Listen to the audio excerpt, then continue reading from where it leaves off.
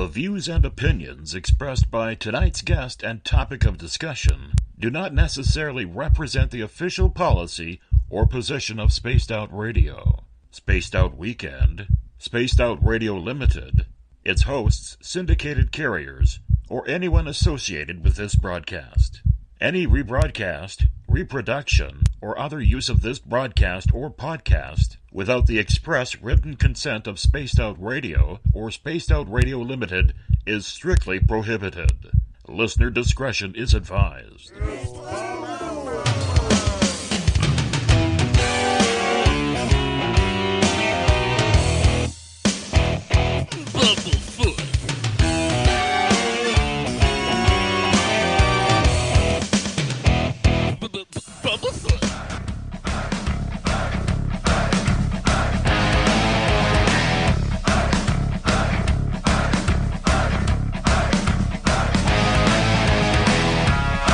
Are you experienced?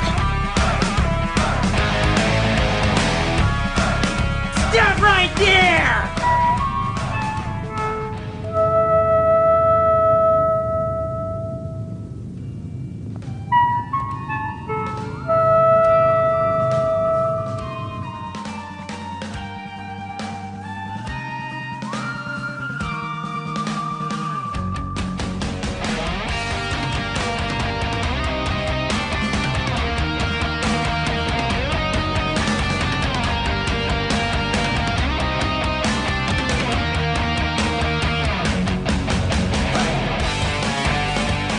From high atop the mountains of British Columbia to you listening around the world, this is Spaced Out Radio with host Dave Scott. They let us play with all our toys. They let us think that we're big boys. They let us make a lot of noise, but we ain't rule the world. They let us think we're Superman. You can follow us on our website, spacedoutradio.com, on iTunes and TuneIn. Follow Dave on Twitter at Spaced Out Radio, on Facebook at Spaced Out Radio Show, or on our YouTube channel, Spaced Out Radio Show. I try to act so cool, but you know I'm just a fool for you. I will stop till I reach the top just to be there with you. Dave, oh Dave, are you playing with Bigfoot and aliens again? Dad, you gotta stop haunting the ghost. It's scaring them. All right, seriously, put down the pointy sticks. Okay! Game on! Game on! Game on!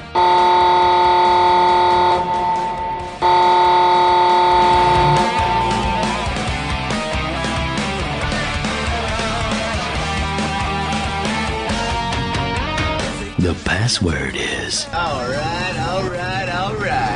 Buckle up, space travelers. It's time to go for a ride on Spaced Out Radio.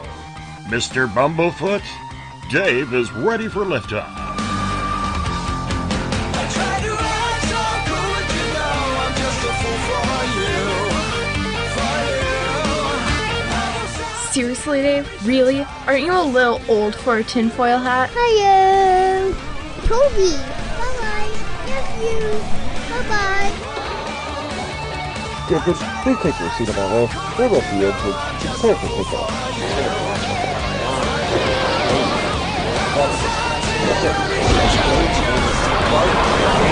Start. 2, 1. Boost ignition and liftoff. I'm such a lucky guy, 'cause after all this time, it's like the deeper I go, the deeper I fall. The deeper I go, the deeper I fall. Good evening and welcome to Spaced Out Radio. Tonight I am your host, Dave Scott, and it's great to kick off another week and have you along for the ride on this Monday, October 16th, Tuesday, October 17th. If you're on the East Coast or across the pond, happy birthday, Grandpa. Hope you're having a good one up in the sky. Hope you had a great day and night. We are live right here at the Great White North on top of the mountains of central British Columbia as we are here 7 days a week. We welcome in everyone listening in on our terrestrial stations, WQEE 99 Rock the Key down in Noonan, Georgia, home of The Walking Dead. We are live as well on the United Public Radio Network, 107.7 FM in New Orleans and over 160 countries around the world. We are also live at spacedoutradio.com, Spreaker, KTLK, The Fringe FM, Renegade Talk Radio to Las Vegas, the High Plains Talk Radio Network, and if you're listening in on Revolution Radio, remember the Double R Machine is a donation station financed by you, the valued listener. Head on over to freedomslips.com and donate today. Like our music, get your horns up for Mr. Ron Bumblefoot THAL, formerly of Guns N' Roses, currently of Art of Anarchy and Sons of Apollo. Bumblefoot is the official sound of SOR. Now, we're all over social media, so I think you need to join us, either on Twitter, at Spaced Out Radio. Give our Facebook page a like, Spaced Out Radio Show. On Instagram, Dave Scott, SOR. Subscribe to our YouTube channel, Spaced Out Radio Show. You can also listen to us on iHeartRadio in the United States, TalkStream Live. Tune us in on TuneIn and download and subscribe to our shows on iTunes. Our website is spacedoutradio.com. Now, if you want to take part in this show, you got to do me a favor. You got to sign into one of the chat rooms, either on Rev Radio, Spreaker, the UPRN chat room, or join us on Facebook for live chat in the SOR Space Travelers Club. Or if you're on Twitter, just use the hashtag SpacedOutRadio. I will get to your questions and comments in there as well. Now, if you head to our website for $5 a month, you can become a member of the SOR Space Travelers Club. You could shop at our Spaced Out Radio store, read The Encounter online, read everything paranormal on The Encounter with Eric Markham and Everett Thiemer. Check out my latest blog there as well. And if you've had a sighting you can't explain, fill out an SOR Sightlines report. We also got great video footage from Tim Doyle from UFO Seekers and Leslie Mitchell Clark's Contact TV. The UFO scene has been front and center for a week now, thanks to rock star Tom DeLonge and his movement towards solidifying disclosure with his dream team of sorts of government officials who've left their secretive positions to join DeLonge on his mission towards bringing the technology and education to the forefront of ufology. But will it work? Many in the field of ufology and alternative media were pretty upset with what wasn't included. There was mention during his extravagant press conference about becoming the voice of UFO phenomena, but when you glance over the To the Stars website, there doesn't seem to be any mention of UFOs or the coveted disclosure so many were hoping for. Tonight, Tim Doyle from UFO Seekers and UFOseekers.com is back with us to discuss the Tom DeLonge announcement and everything alien or conspiracy in between. Tim makes his monthly stop here the third Monday of every month.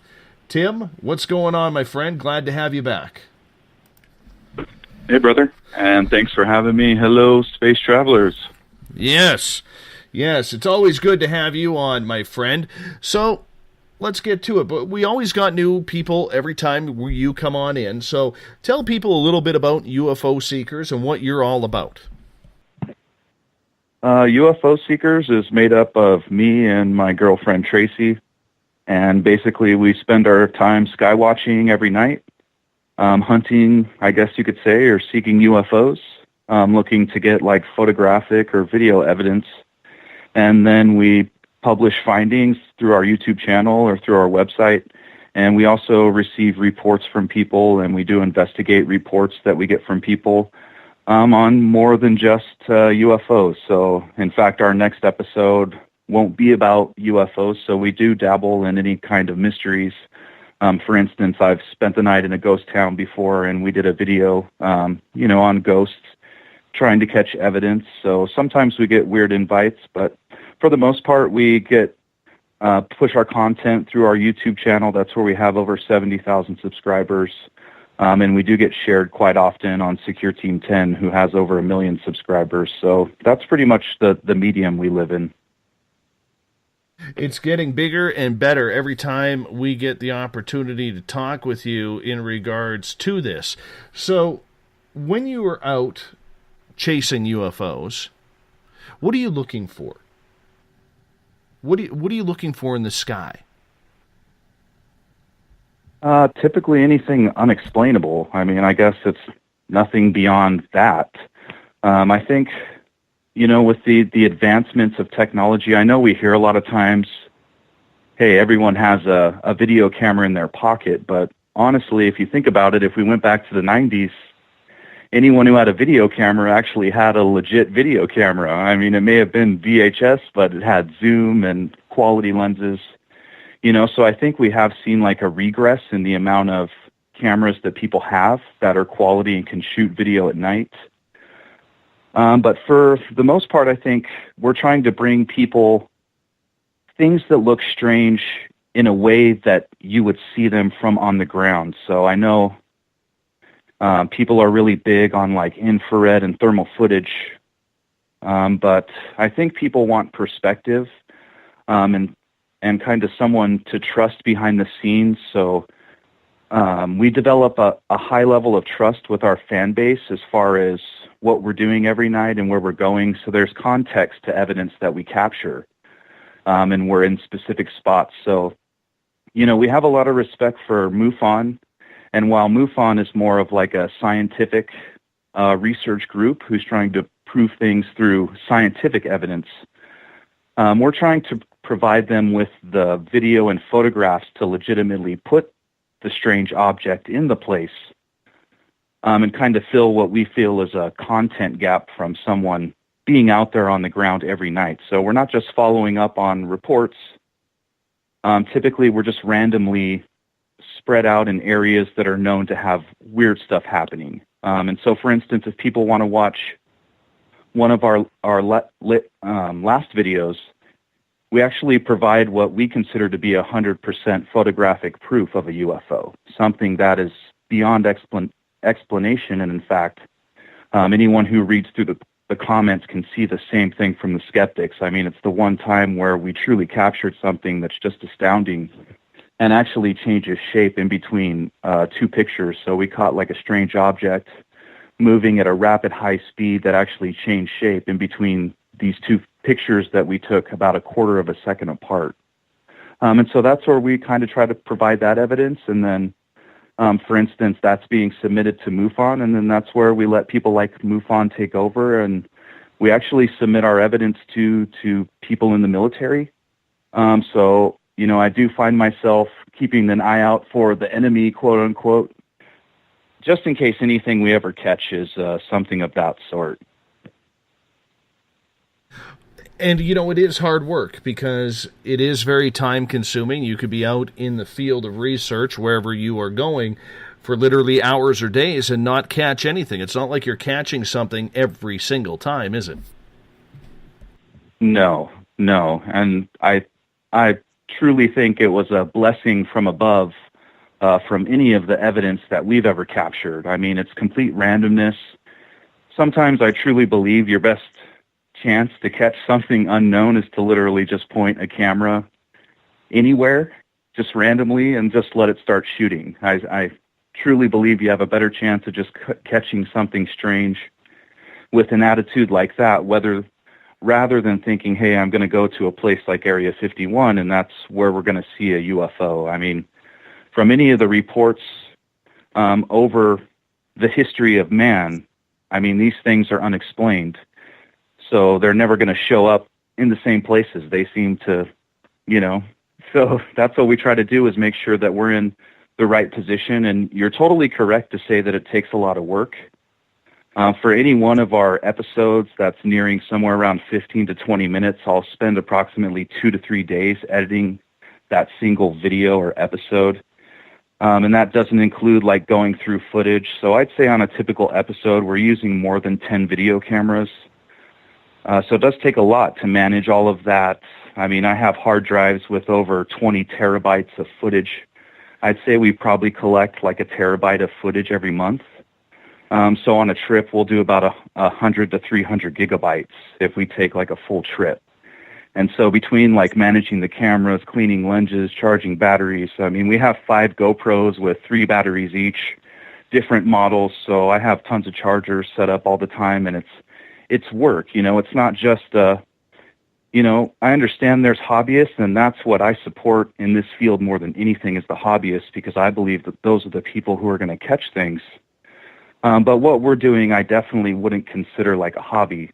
It's definitely something we take serious and put in a lot of effort between managing all the equipment and putting the videos together. And hopefully the reputation continues to grow, and that's what we can kind of fill that gap where, I know MUFON has like alien investigation teams and stuff like that, but I feel we're more of an on-the-ground team on a permanent basis. So at some point I would just like to be traveling, and me and Tracy are just traveling 24/7 around the world and just hunting UFOs full-time. I mean, we love being out and we love nature and watching the stars and learning about history and archaeology and stuff like that. So I think sometimes it's almost like too much fun just being in places, and we got to focus on looking at the sky. And I look at the sky quite a bit, man, because, well, being an experiencer myself, you never know what is going to happen, when it's going to happen, because you just don't experience things once. This is something that I have learned through my own endeavors. It's always going to happen, and you just don't know when it is going to happen, because unfortunately, whoever they are, they just don't stick to a schedule. You know what I'm saying? Right. You can't ask them. I think it's important too, though, Dave, to remember that it isn't even just that is like 100% of chasing UFOs. I mean, we're going places that are 50 to 100 miles into the middle of nowhere. So I have lots of mechanical training, like automotive training. I actually worked in automotive racing for 10 years. I used to be a tire engineer for Pirelli of North America on the American Le Mans series. So I would help like Team Ferrari and Team Mercedes choose their compounds at races like the 24 hours at Le Mans, stuff like that. And that's what my family was into, was like automotive racing and cars. And my family actually has owned multiple race cars and raced in Lucas Oil off-road and stuff like that. And I actually was an auto glass technician and was a master auto glass technician. I worked in the bowling industry, got certified a master A mechanic in bowling, spent over 5 years with the Brunswick Corporation. So I think there's a lot more that goes into behind the scenes and keeping yourself safe. I mean, we've been going up a mountain road before, somewhere around 9,000 feet on the edge of a cliff, and had a random candle holder that was thrown on a dirt road go through a sidewall.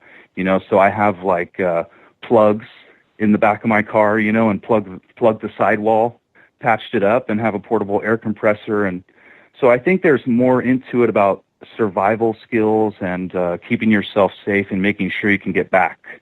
So it is fun indeed, my friend. It is fun indeed. And, you just, like I said, you never know when that experience is going to happen.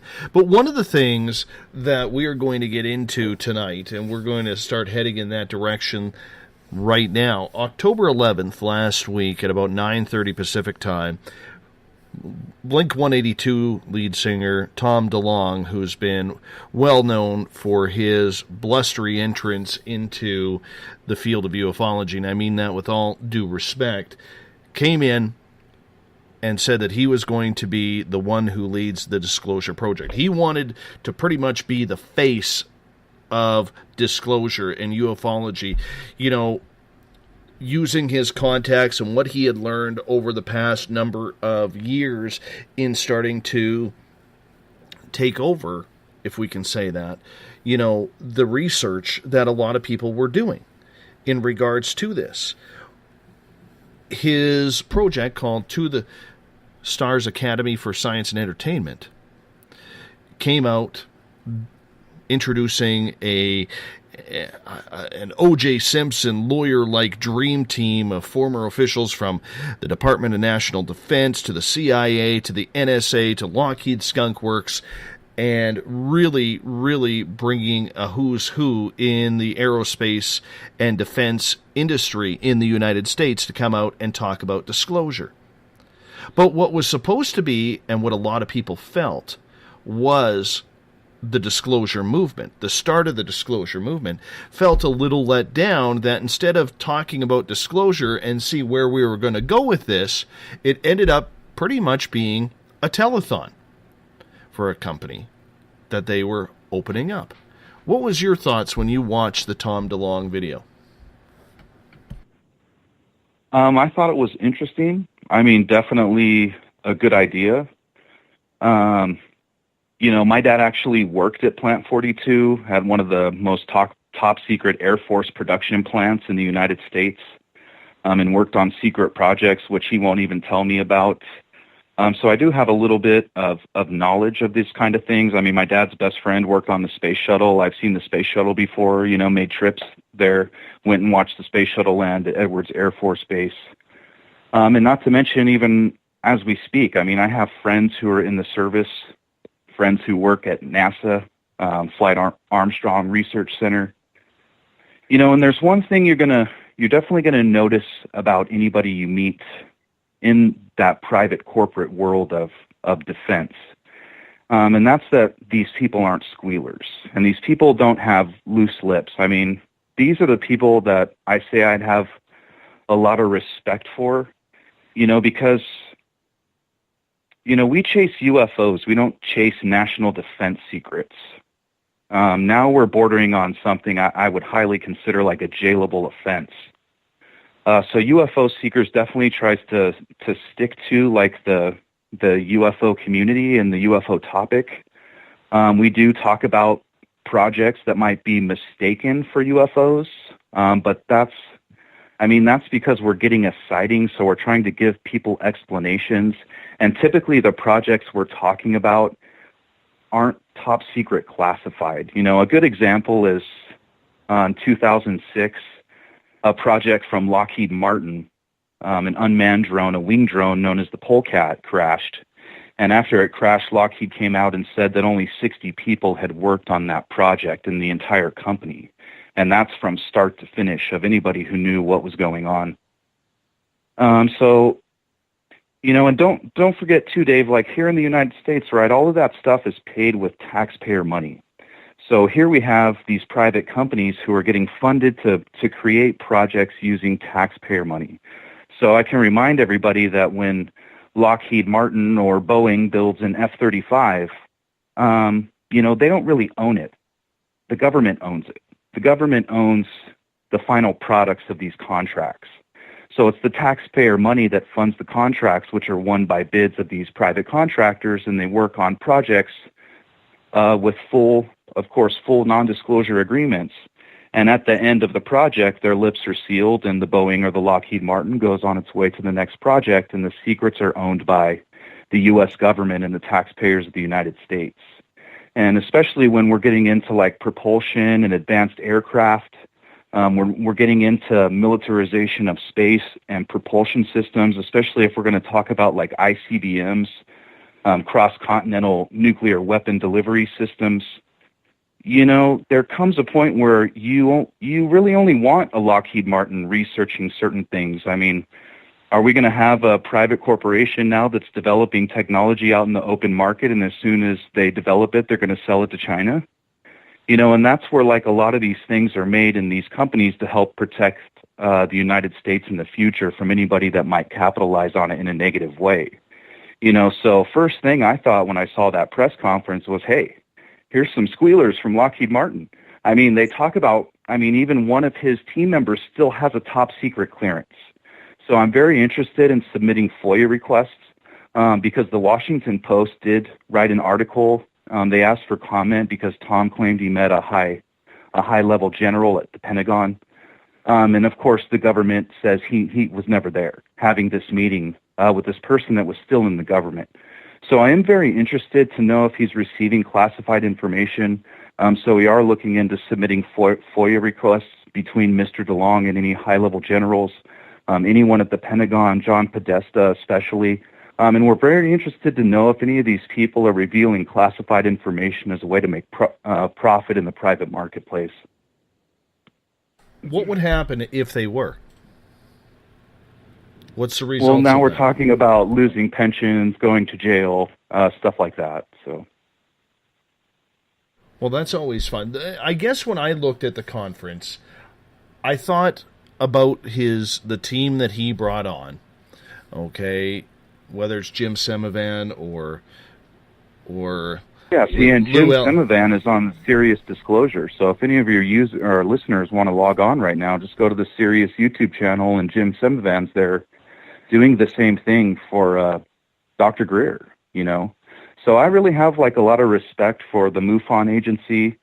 You know, the disclosure that was attempted by Richard Doyle and Dr. Greer in the past. You know, so those guys are kind of the face of disclosure to me, like Stanton Friedman. And definitely the work that MUFON has done, I mean, if I'm mistaken, they've been open for almost 100 years. You know, so I really think that they're the stable people. They have a member base of committed individuals, which I really think the UFO community is built up on. You know, I don't want anyone out there to think that they need some Hollywood celebrity. And I promise you, I actually grew up near Tom DeLonge, just barely miles. I played football where he grew up. And one of the songs that Blink-182 wrote about a guy I went to high school with who died from cancer. You know, so I know these people. I'm not scared of them. I don't need like a celebrity to participate for people to believe UFOs are real. I just ask that regular people start picking up cameras because they're the ones who are going to change the way people think about these things, you know.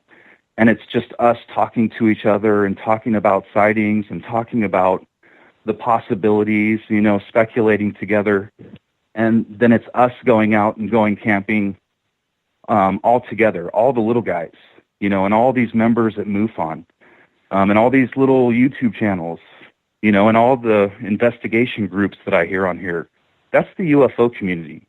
We don't need some guy who takes thousands of dollars, goes and hires a PR firm, and then starts paying people like George Knapp to go on Las Vegas News and say that Tom DeLonge opened up a UFO investigation company when there isn't one mention of a UFO investigation company inside of the business programs on the website. And then also I investigated the SEC filings.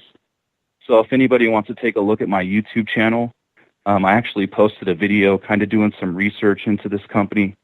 And that's where they can go into the SEC filings themselves and see that this To the Stars Academy is actually just a business that's been open since 2002, known as To the Stars Incorporated. And so basically this is a company that was started as Tom DeLonge was leaving Blink-182 as a way to manage all of the merchandise and music that he would be making in the future, like the Secret Machine books, Poet Anderson. And these entertainment ideas are kind of run under To the Stars Incorporated. And as people can see in the evidence I produced from the financial reports and balance sheets, this To the Stars Incorporated had been losing money. They were seeing a decline in music sales, and so they needed a way to generate capital. And so that's where Mr. DeLonge, and I believe another man named Mr. Humphreys, went ahead and kind of did some stock movements between LLC companies and eventually made To the Stars Academy a parent company of To the Stars Incorporated. So basically, To the Stars Academy took on you know, over $500,000 in debt that's rolling over from this To the Stars Incorporated, and that's kind of what the investors are paying for. You know, they're going to pay off a $400,000 loan that To the Stars Academy took from R2 Dogs LLC, which I believe the DeLonge Family Trust operates. You know, so basically they're giving loans back and forth between different companies. If you read the SEC filing for To the Stars Academy, they're renting a building from Mod Life. Mod Life is run by Mr. Humphreys, who is the other participant in the academy, and I believe Tom DeLonge is listed as a manager of Mod Life. So see, this is kind of what they're doing. They rent from one of their other companies. They pay themselves salaries. So it's kind of really complicated, and that's why I put the video together for everyone. So do you think that, in your opinion, this has anything to do with disclosure, or was the lead-up of all the disclosure talk just big hype for something that maybe they have no interest really in?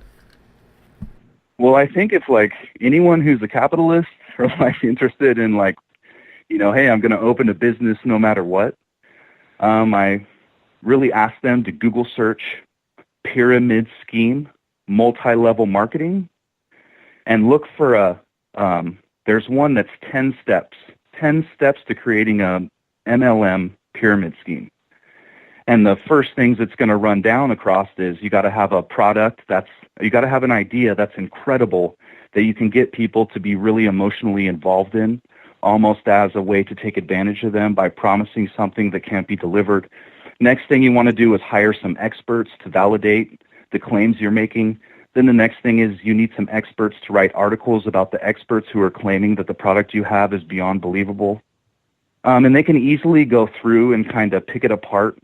And that's what I think it's more about. I mean, if people look at like Open Minds TV, I mean, that Alejandro Rosa, I believe his name is. I mean, he was, when this announcement came out, I believe he was doing 3 articles a day for Tom. Well, one of the manager of the International UFO Congress is on the Open Minds website team page, the manager of the Congress. So is it not hard for us to speculate that somehow these, and he got the award from the International UFO Congress a month before a Secret Machine book came out. So it's not hard to kind of start picking this apart and see, you know, these are the kind of things that the UFO community, like the paranormal community, all of us need to like band together to protect ourselves from people who are going to diminish the way we all look. And so our research was nothing more than built on George Knapp telling the entire world that Tom had opened a public UFO investigation company. That is a quote, public UFO investigation company. So I immediately went and did my research, and that's not what I could find. George Knapp never mentioned anything about stock contributions coming from this former company that used to be this. George Knapp didn't mention that this money would be used to repay a $400,000 loan to one of his other companies. He never mentioned that this is where Secret Machines is being sold from. They never told anybody that this investment money was being used for that. They told everybody that they were going to do research on advanced propulsion design. Do these people have any idea how much money the United States spends in research projects? Tom DeLonge better raise $1 billion before he thinks he can do what Lockheed Martin does, or what SpaceX does, or what Boeing does. That is a joke. It is disrespectful. And I never heard one mention of MUFON. I never heard one mention of Friedman, Richard Dolan, these guys from the past who are the face of disclosure. They went to Congress. They went to Congress legitimately, you know, and they weren't taking people who out in the open were saying they're going to reveal national defense secrets and still have top secret clearances like that in a company that's not a public benefit corporation, which it is, opened in Delaware, which is a known tax haven. That's where they opened up this corporation, was in Delaware, and then using these people with this expert status to get people to invest in this company that Tom's owned since 2002. And that's where I think if we're talking disclosure, where was the financial disclosure? I mean, I even sent a message to George Knapp asking him if he owned stocks in any of these companies that were part of this and never got a reply. And so I think there just comes a point where there has to be faces and voices that stand up for the truth to stop making us all look like a joke. Because what's happening out there is real. And these things that happen to people are real. I mean, we passionately spend every day trying to hunt these things. And I'm not going to sit here and watch somebody spend $50,000 at a PR firm to pull a hoax on everyone. It's time for people to stand up and have a voice. And the voice is that we all have a voice, all of us, you know, because we're the ones doing this. It's all these little groups and all these people who submit videos, all these MUFON members who dedicate their weekends or nights. Those are the people that make up the UFO community. They're the ones who are going to find something. Not someone who has $1 billion and hires some experts. And if anybody wants to like understand that, just listen to Dr. Friedman and what he says about these so-called experts and who are the people who are going to blow up and open this community. You know, the people who blow it up are like Travis Walton. They get abducted. It's a traumatic experience.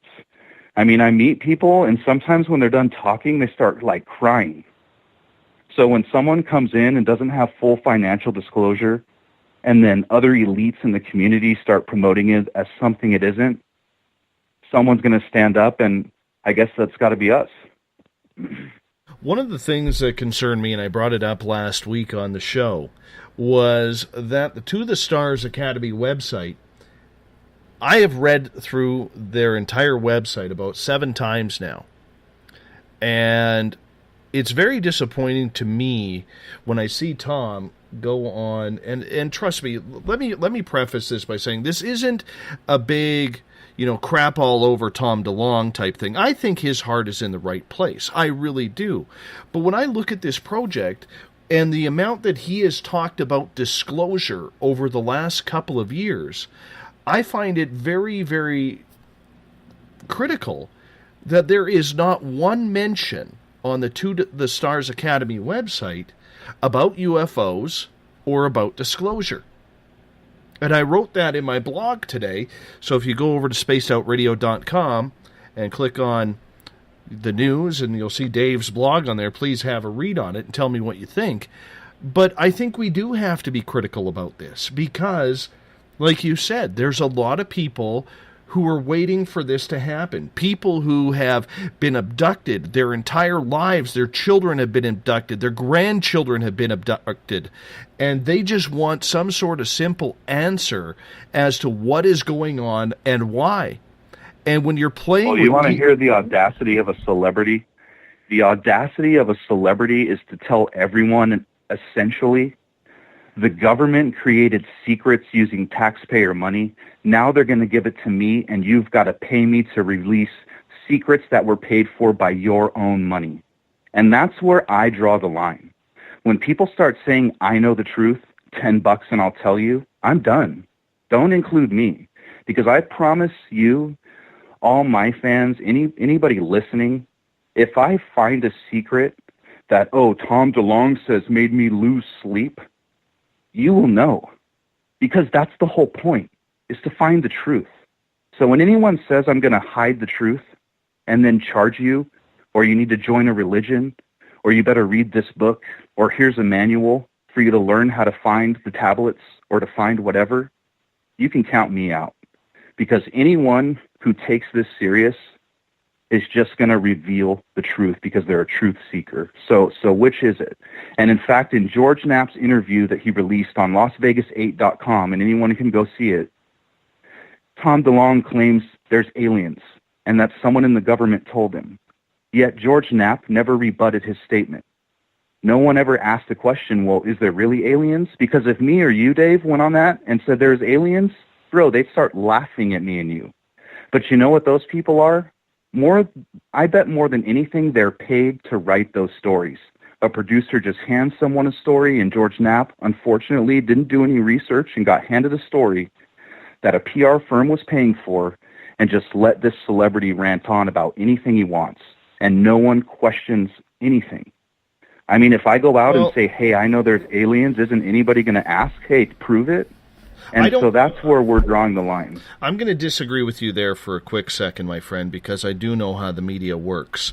And there is a lot of ego involved when it comes to breaking a story. And I can see where that happened. I think George Knapp is a very credible journalist. I don't think he's on the take or anything. I never said he wasn't a credible journalist. No. And that's where we're losing it. Dave, that's where the UFO community is losing it. Taking a stand against something. If you stand for everything, you stand for nothing. I stand for truth in UFOs.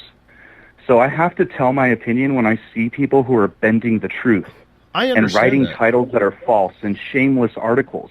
Read the article. Never once did it mention, again, UFO Investigation Company. It was just a title, like you said. Absolutely. And I do believe, that there are portions of the story, And has he followed up with it? I highly doubt it. Because in that kind of a scenario, there might be a trade going on, which is, hey, Tom, I'll scratch your back on this one, but when something happens and you're ready to tell us that story, I want that story. And that's, explain to me how that's the truth and disclosure. Explain to me how that equals disclosure. That's called capitalism and business. And so that's where UFO seekers draws the line. If you're going to make business out of this, we're going to call you out. And if you're going to bank on people's emotions, we're going to call you out. It's just the way. Somebody has to take a stand, because if none of us do, we all look the fool. At hashtag Spaced Out Radio, Mysterious Crescent makes a comment. He goes, ever notice how people in the UFO field always attack each other? What's your comment on that? Who attacks who? Well, I think what he's saying is, or this person is saying, how you're kind of going after Tom. Yeah, because I'm interested why Gravity Holdings holds 60 million shares of a company that's at 0.0033 tenths of a penny, and they're selling it at $5 a stock, saying it's a UFO investigation company, when the SEC filings and the business models themselves mention nothing about UFO investigations and say that this is actually funding the debt of an old company that sells his clothing and his music. So I'm kind of losing it here. We're not talking about UFOs. No one ever said we're attacking UFOs. No one ever said that. See, that's the problem. And look what happens, Dave. See, I start talking about financial things behind the scenes, and exactly, people will defend Tom because he's a celebrity and think it's about UFOs, and now we've gone off in the wrong direction. So we're talking about financial disclosures and understanding what's going on behind the scenes when people are making claims that this is a brand new UFO investigation company. So I don't ever remember ever saying once that Tom's not looking for disclosure. I never said that once at all, and I've never attacked Tom's character. I'm just saying there's no disclosure on the financial means behind what this monetary investment is going towards. And if anybody wants to tell me that, hey, I'm a twit for looking at that, that's okay. Because I actually used to be a penny stock trader and spent a lot of time actually looking at penny stocks, investigating SEC filings, which I think was unfortunate when this project came around. Because I don't think there's, I have like a lot of weird life experience in certain things, and this one was a grand slam when Tom DeLonge teed it up and George Knapp did and claimed it was a UFO company. Well, and I think that was everybody's belief. I thought it was a UFO company. That's why I was so excited about watching this conference. I was disappointed that it turned into a telethon. And that's basically all it was. Let's throw a bunch of information out there about what we're going to be doing, and let's mention the odd UFO story like the USS Nimitz. Right. Okay. But in the end, when I go to the website, I'm excited about this, and I'm, as the conference is going on, I keep waiting for the people in the background to say, ring those phones, the chant that they do on every telethon. I was waiting for that, Yeah. But here I am wondering, what was the purpose of this? Then I go through the website. There's no mention of disclosure. There is no mention of UFOs. And if I put my journalistic hat back on, to me, that's a red flag. That's an immediate red flag that everybody in ufology should be concerned about.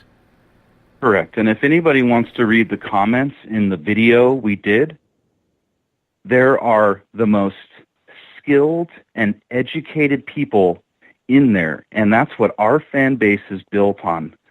Highly educated, knowledgeable people. The demographics are all over the place. Go read those comments and what the people say, and that's where you're going to get the truth, is right in there.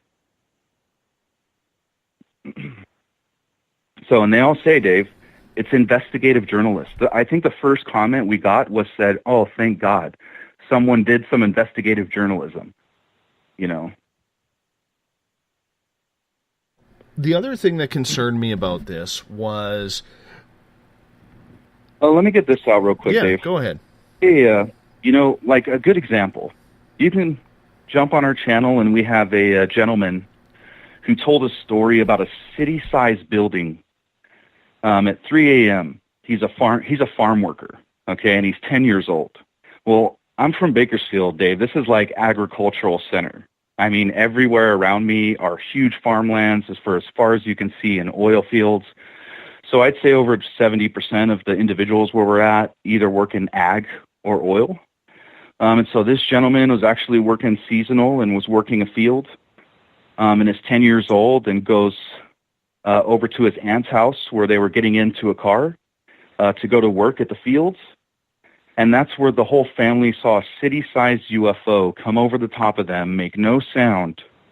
He couldn't even see the end of this thing when it came overhead, almost like an Independence Day scenario. Then the next thing he knows, it just starts kind of ascending into the air until it got like the size of a quarter up above and then shot off in an instant. But you know what's funny, Dave, is that guy's wearing like a grubby painter shirt. I mean, he was at work when I ran into him and he saw my car and he just had to tell this story. The guy practically like went into tears after telling it and thanked me so much for giving him a platform to be able to tell his voice. But how do people judge that guy, Dave? They're going to say it's just some crazy painter. It's just this guy. He's a know-nothing. But what do they say when a celebrity comes out and says, oh, I want to look for UFOs, I'm going to be the one? That's where someone has to be a voice and go, look at these people who are actually experiencing the experiences. It's not about the UFO community needing some talking head. It's about us banding together around people like MUFON. You know, and that's the funny part. Here I am talking about MUFON and all these people who have built all this stuff in the past, Linda Moulton Howe. Where's the mention of these people? Where's the building on their research? Where's the acknowledgement of that research and all of these people that I meet and their stories? I don't need some government insider who signed non-disclosure forms, can't even release national security secrets or he's going to get a bullet in his head. I wouldn't enjoy it if he released national security secrets on propulsion that NASA could use to get America to Mars before a China or a Russia. I don't need that. I'm looking for UFOs, something unexplained that science can't even explain. And who's to say what kind of science could find it? Because we don't even know what we're looking for. How do you know to test for radiation? Had someone caught a UFO and know it emits radiation?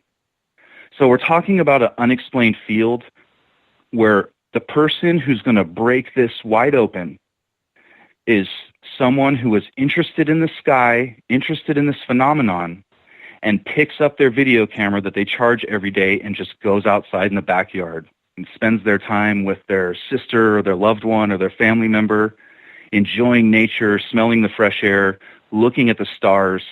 Boom, the UFO comes and their video camera catches it. That's what's going to break this wide open. Anyone who is interested in chasing UFOs, I trust you. I promise you there's no formula. You can't go search on the internet or go find a government insider who's going to give you UFOs. It just doesn't work that way. They're completely random. I mean, we don't even know if it's God, ghosts, interdimensional beings. There is no explanation. How can something appear and disappear? How can something move and not be seen?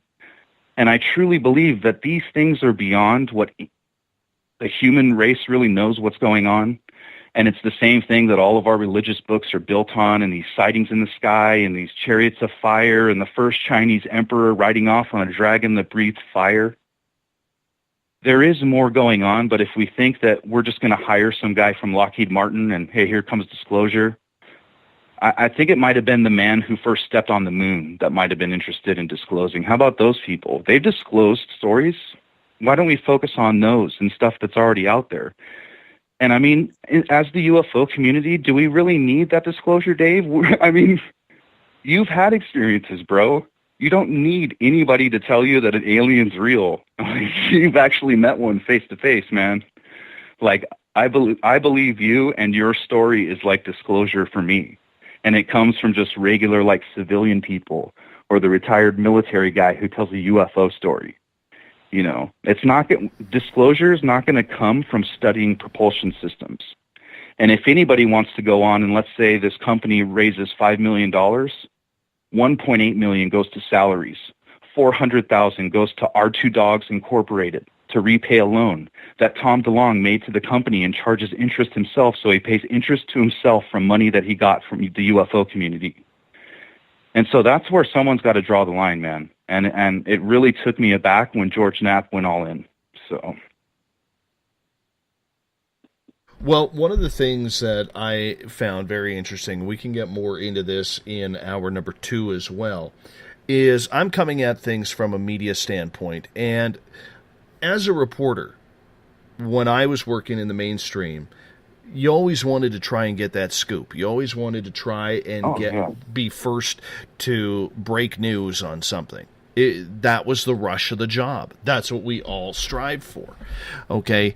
Over the last couple of years, as much as Tom has come into the public limelight, I can understand why he was focusing on George Knapp and a couple of others.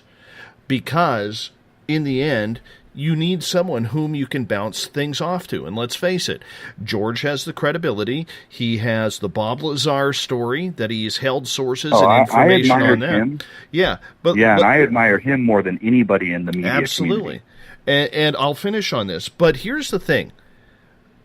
I have placed numerous requests to interview Tom DeLonge before this happened. Was told numerous times that he was no longer accepting interviews or doing interviews at this point. And in the meantime, you would hear him on another radio show, which is fine. If he wants to play favorites, that's his prerogative leading up to this event. I'm okay with that. Very much okay with that. After this announcement, I contacted the media company again that he uses. I put in my formal request.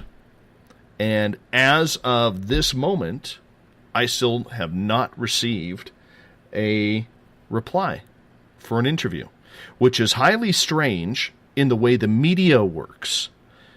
Because when you have that type of information that you have now gone public with, the job of the PR person is to line up those interviews, get back to the media outlets, investigate the media outlets to see who is who, okay, and then get in touch. Now, granted, it's only been a week. If this is 3 weeks, 4 weeks going on, and I'm going to keep everybody involved and let you guys know out there in listener land what's happening, right? But as of a week, we haven't heard back from their PR department on whether or not they are going to accept our request for an interview. And now that it's gone public, Tim, I'm curious your opinion on this, because when it goes public, that's a free-for-all for all the media outlets to now dive into the subject, to request interviews, to start writing stories on it, to get video footage, whatever they may need in order to put their story together. But so far, a week after this conference, it seems like they are still playing their favorites card. And to me, as a journalist, that's a little bit of a red flag. What is your thoughts? It sounds like Hillary Clinton. Well, I understand that. But we're dealing with a field of ufology for someone who really doesn't want to, in my opinion, hang out with the UFO people. Yeah.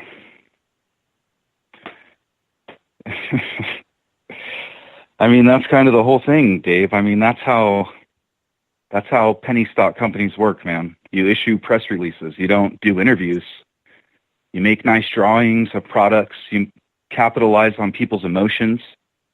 And then behind the scenes, you play cups and balls where you don't know which ball is under which cup, and you get your money and run, man. I'm sorry. I understand that, but I'm saying from a media point of view. From a media point of view. Well, what do you expect them to come talk about, Dave? Well, dude, you're going to ask about disclosure. Absolutely. Absolutely, I'm going to ask about it, but I'm going to ask about the project. But he wants to talk about the 2004 Nimitz. So you can see how the circular thing goes around, bro. This is how you do a pyramid scheme. You never talk about what we're talking about. You talk about something else that is so incredible, it takes everyone's attention away. I mean, this is funny. I used to be a professional magician. It was my first job. I was a professional magician, Dave. And that's where I learned misdirection. Look at, you're always doing something with the other hand while everyone stares at one hand.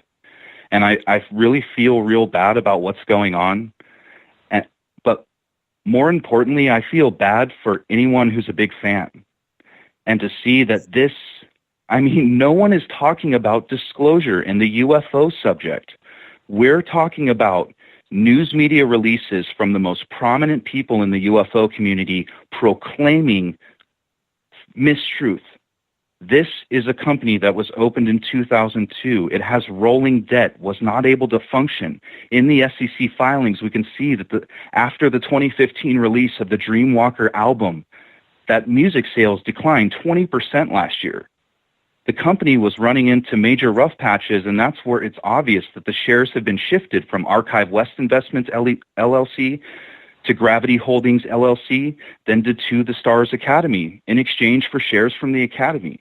So it's kind of like a shuffleball game with a company that's been going on forever. And I think, unfortunately, this is just a singular instance, just a single moment in time where someone like this just kind of, I think he just went too far, Dave, and didn't think anybody would research it. And as we can see kind of out in the community, the UFO community, that's kind of how it is. It's like, you know, a certain kind of political organization, and you're not allowed to speak up. Everyone has to have the same talking points. Well, I'm saying it's different now. I have my own opinion about what's going on in my own family experiences from people who've worked in the service. No different than the guest that Dave Cruz had on Saturday night, whose father worked in military, you know, and we all have these unique experiences. So, Tim, I'm going to get you to hold on right there because we're going to step out for our first break of the night. Tim Doyle is our guest tonight. He is from UFO Seekers, his website, ufoseekers.com. Tim comes on in the third Monday every month to talk about everything UFO, because that's what we like to do on this show. We like the topic of aliens, UFOs. Sometimes we get into some good debate. We are going to continue on with the conversation about Tom DeLonge and the To the Stars Academy right after this on the Mighty SOR. We will be right back. 365 days a year, we're in the field, investigating UFO sightings, talking to alien abductees, and visiting secret military locations like Area 51. We're UFO Seekers, official partner of Spaced Out Radio. Follow our daily search for the truth at ufoseekers.com or like us on social media. Catch us on Spaced Out Radio every third Monday of the month as we discuss Area 51, UFOs, and more. And also don't forget to subscribe to us on YouTube.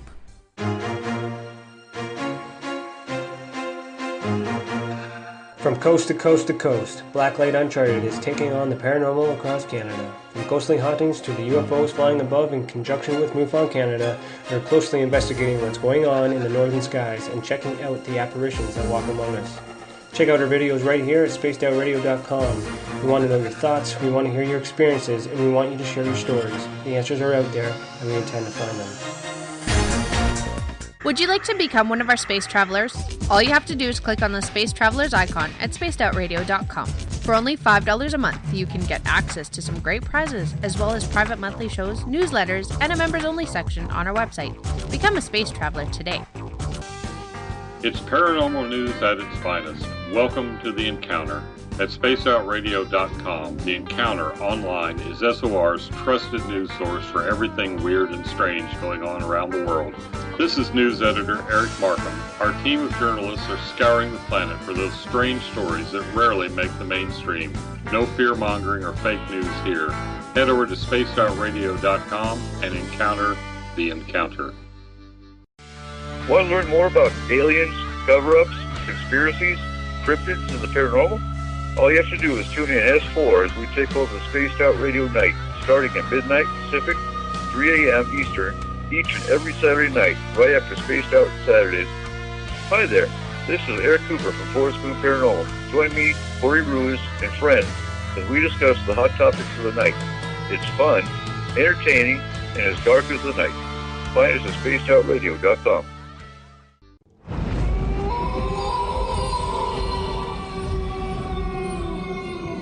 Hey, this is Canadian Paranormal Investigator Mike Moore. The third Wednesday of every month, I'll be teaming up with Dave Scott to bring you Ghosts of the Great White North. Each month, we will bring on guests from across Canada to discuss their ghostly encounters. Canada is a paranormal hotbed with stories you've never heard, so we're going to bring them to you. So get comfy on your Chesterfield, grab a donut, and join us, eh?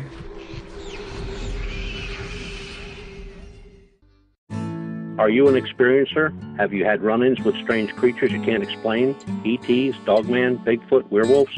They're enough to scare the daylights out of anyone. Hi there, I'm Butch Witkowski from your 4-Cop.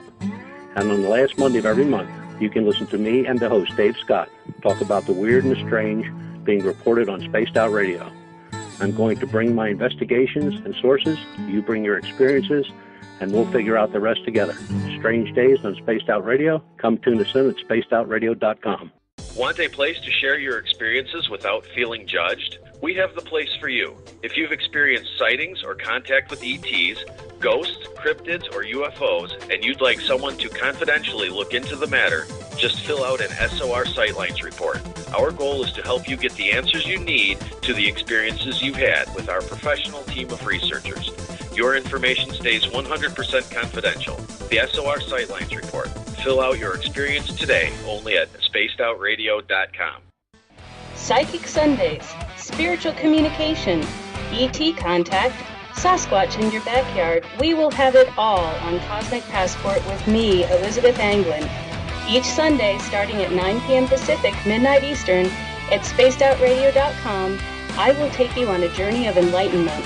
The goal is learning from the soul on out. We'd love it if you joined our experience, Cosmic Passport, heard Sundays at spacedoutradio.com. Are you interested in advertising on Spaced Out Radio? Head to our website at spacedoutradio.com and click on our advertising tab. There, you will find an assortment of ways you can get your product out there with us, from radio commercials to banners and social media. Have a product you like our hosts to endorse? We can do that too. Visit spacedoutradio.com for more details. From British Columbia to Northern California, Pacific North Weird has Cascadia covered. Check out our feature videos at spacedoutradio.com, where I, Vincent Zunza, and my super sleuth partner Alexandra Sullivan track down the weird and strange stories from around the Pacific Northwest, from Bigfoot to Mel's Hole and everything in between. This is what makes life exciting.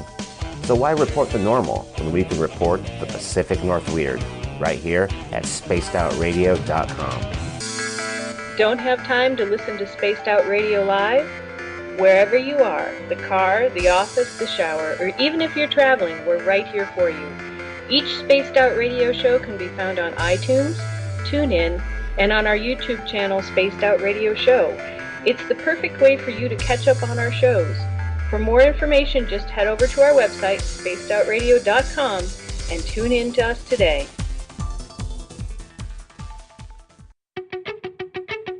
Welcome to Spaced Out Saturdays with me, Dave Cruz from Beyond the Strange. Our weekly feature on spacedoutradio.com will take you around the world discussing everything from the paranormal to the latest conspiracies from the top guests in their fields. We won't leave any story uncovered. Spaced Out Saturdays at spacedoutradio.com starting 9 p.m. Pacific, midnight Eastern. The views and opinions expressed by tonight's guest and topic of discussion do not necessarily represent the official policy or position of Spaced Out Radio, Spaced Out Weekend, Spaced Out Radio Limited, its hosts, syndicated carriers, or anyone associated with this broadcast. Would you like to connect with us? Head to spacedoutradio.com for all your latest show info. And hit us up on Twitter using the hashtag SpacedOutRadio. Now, back to Dave Scott and SOR.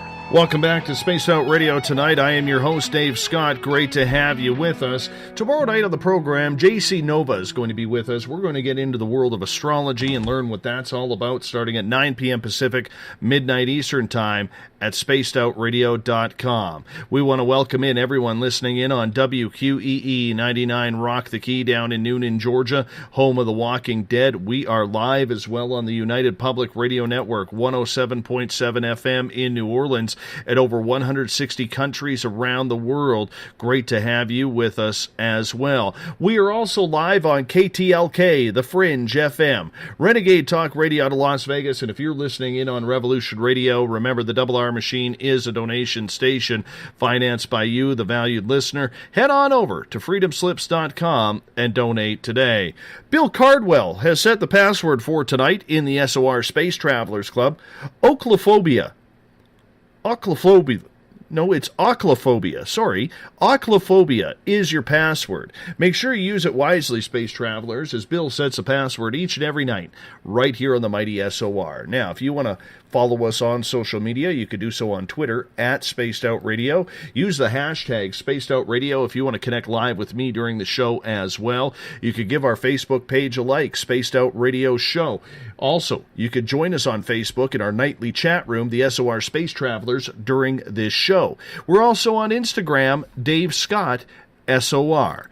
You can listen to us on iHeartRadio in the United States, TalkStream Live, tune us in on TuneIn, download and subscribe to our shows on iTunes. Our website is spacedoutradio.com, where we have a plethora of features for you, including joining the SOR Space Travelers Club for $5 a month. You can read the encounter online, rock out to some Bumblefoot, shop at our Spaced Out Radio store, or check out some great video viewing from Tim Doyle's UFO Seekers and Leslie Mitchell Clark's Contact TV.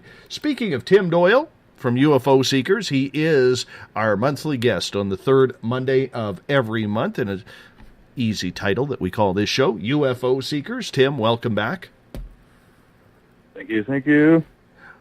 Right before the break, we were talking in regards to the media aspect of everything, because one of the things that I said to Tim during the break was we're basically coming at this from two different angles. I'm coming at it from a media standpoint. Tim's coming at it from an investigative UFO researching standpoint. And I think it's blending very well because there are some holes in this project. But let's get to Gail's question right off the bat here, Tim. And Gail is asking, do you think this gives Tom DeLonge any sort of credibility in the UFO universe?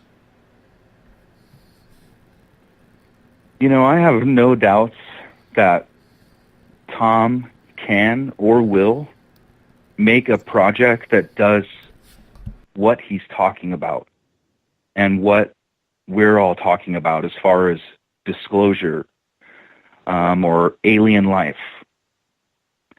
And I do believe he has credibility in that. Our investigation was based solely on what the media said this was and what the general narrative that was coming out of the main officers, directors, and soon-to-be employees of this company. And the fact that there was missing financial disclosures. And so, I did a little stint. I actually worked for a local news organization, and I covered planning commission, city government planning commission. I covered elections, debates. I did editorial writings for local politicians and things of that sort. That's why I think our fans really like our video content. As like yourself, Dave, there was some background in understanding, that investigative journalism, the who, the what, the where, the why. If someone tells me, hey, I'm going to go look for UFOs, I'm like, oh, dang, that's awesome. Where can I read about it? And these were like the kind of communications I sent. I even put in a request to Las Vegas 5. I put in a request to Las Vegas 8, asking for the source information where I could learn more about this UFO investigation company. I mean, our fans were asking us unending questions because essentially what they announced was a competitor to UFO Seekers and MUFON. Here's an entertainment company that was looking to look for UFOs. I mean, that's kind of what UFO Seekers is. We're a YouTube channel that looks for UFOs. I mean, it's like the same thing. So it's interesting. It's interesting from partnering up with these people, maybe trying to get inside of these organizations to help. For instance, I've reached out to MUFON and talked to their investigators, when we've submitted things. So that's what I was really interested in. Oh, heck yeah, sign me up. But as I dug in and from the beginning, I mean, when I opened up the SEC filing, the first header says formerly known as To the Stars Incorporated, open since 2002. And that's kind of where my heart sank. And we just kind of kept digging. And that's what we were interested in, finding out and giving answers to our fans who were asking questions or were interested in donating money, which truly is an investment because you're buying stocks and a share at a certain price. So it's actually like you were limited. That's why you were limited on not contributing more than 10% of your annual income. And in fact, Prime Trust LEC is the company executing the share equity release. So any of the money that anybody is investing in this is actually being held in like an equity type account that's operated by Prime Trust LEC, LLC, which is a third party company that's used to do stock releases. And in the SEC filing, it does say and stipulate that if they don't reach $1 million, that the money will actually be given back to all of the investors. So I think those things are important for people to understand. It's not like you're going to donate $10 and it goes into this Kickstarter account and the $10 goes into gasoline for us to go look for disclosure. The $10 goes into $5 being gone for past debt, $1 going in for salaries, $1 going in for books and things that are already written, $1 going in to repay loans, and there's like 50 cents left, bro, to run like a project to do research that billion-dollar companies are doing research on.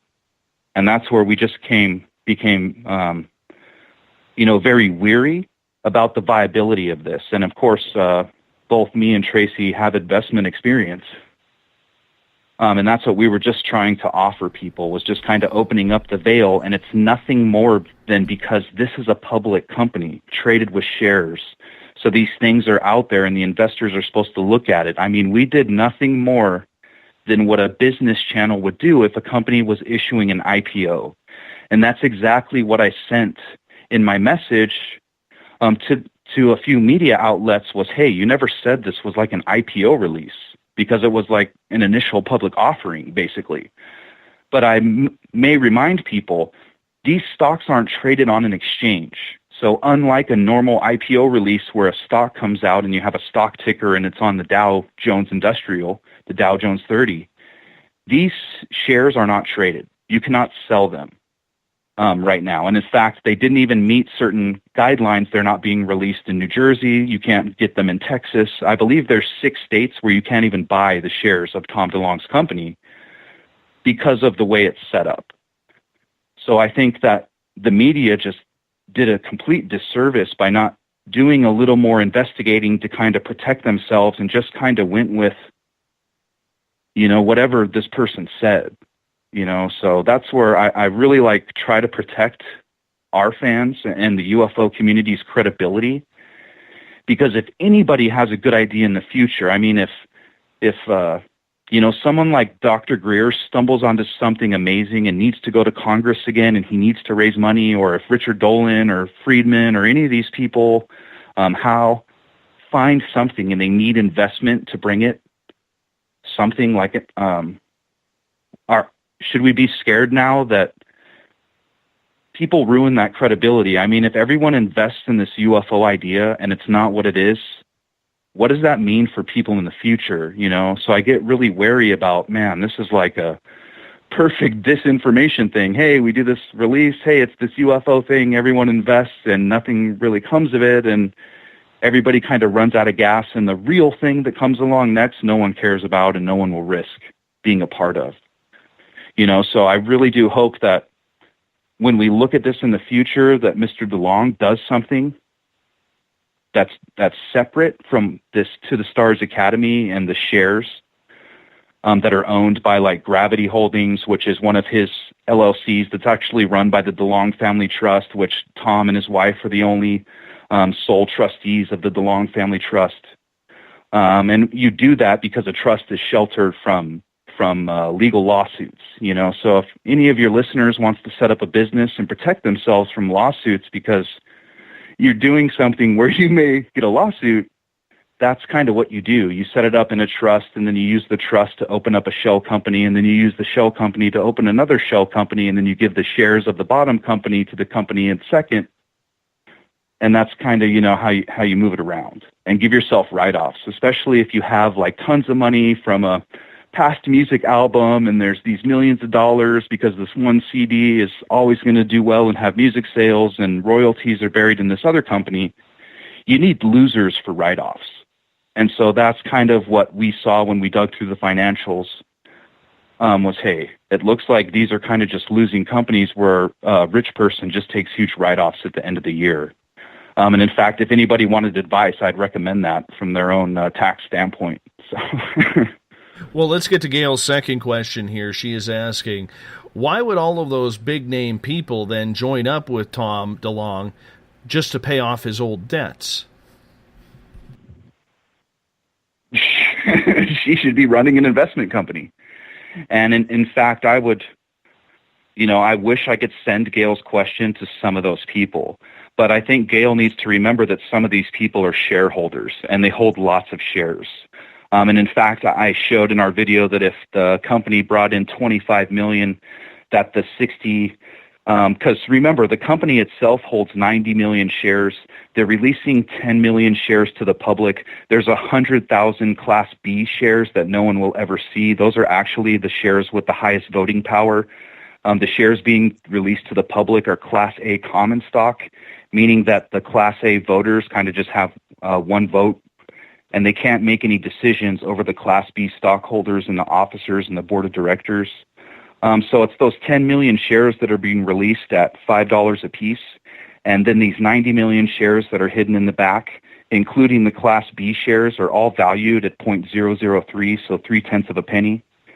And in our numbers, we show just in Gravity Holdings shares. So like I said, Tom DeLonge Family Trust is the main sole member of Gravity Holdings LLC. Gravity Holdings holds 60 million shares. They're the majority shareholder in the company. They hold 60 million shares at 0.3 of a penny.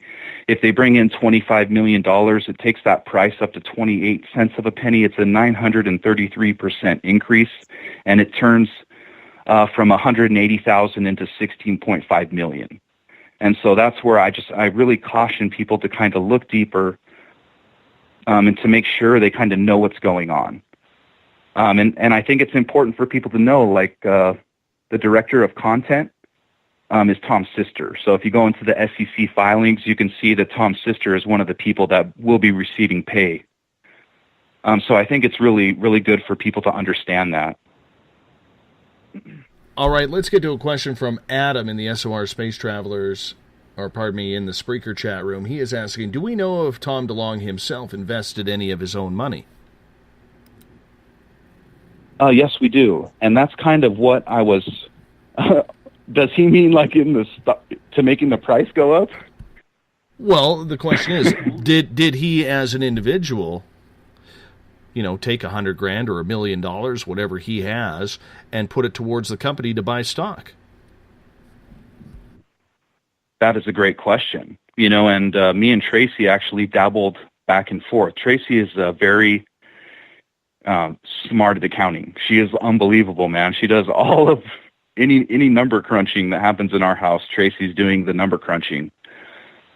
And that's kind of how you get it started. Hey, if I start a campaign to fund something, it's always great to just kind of be the first one to donate $1 so that you have you show that, hey, look, I do have a donor. They already donated once. And then it kind of acts like a snowball and gets it rolling. But if I want to elaborate on his question, you can go through the SEC filings and see that Mr. DeLonge has contributed money to the Stars Incorporated through his R2 Dogs LLC, which is who is charging interest.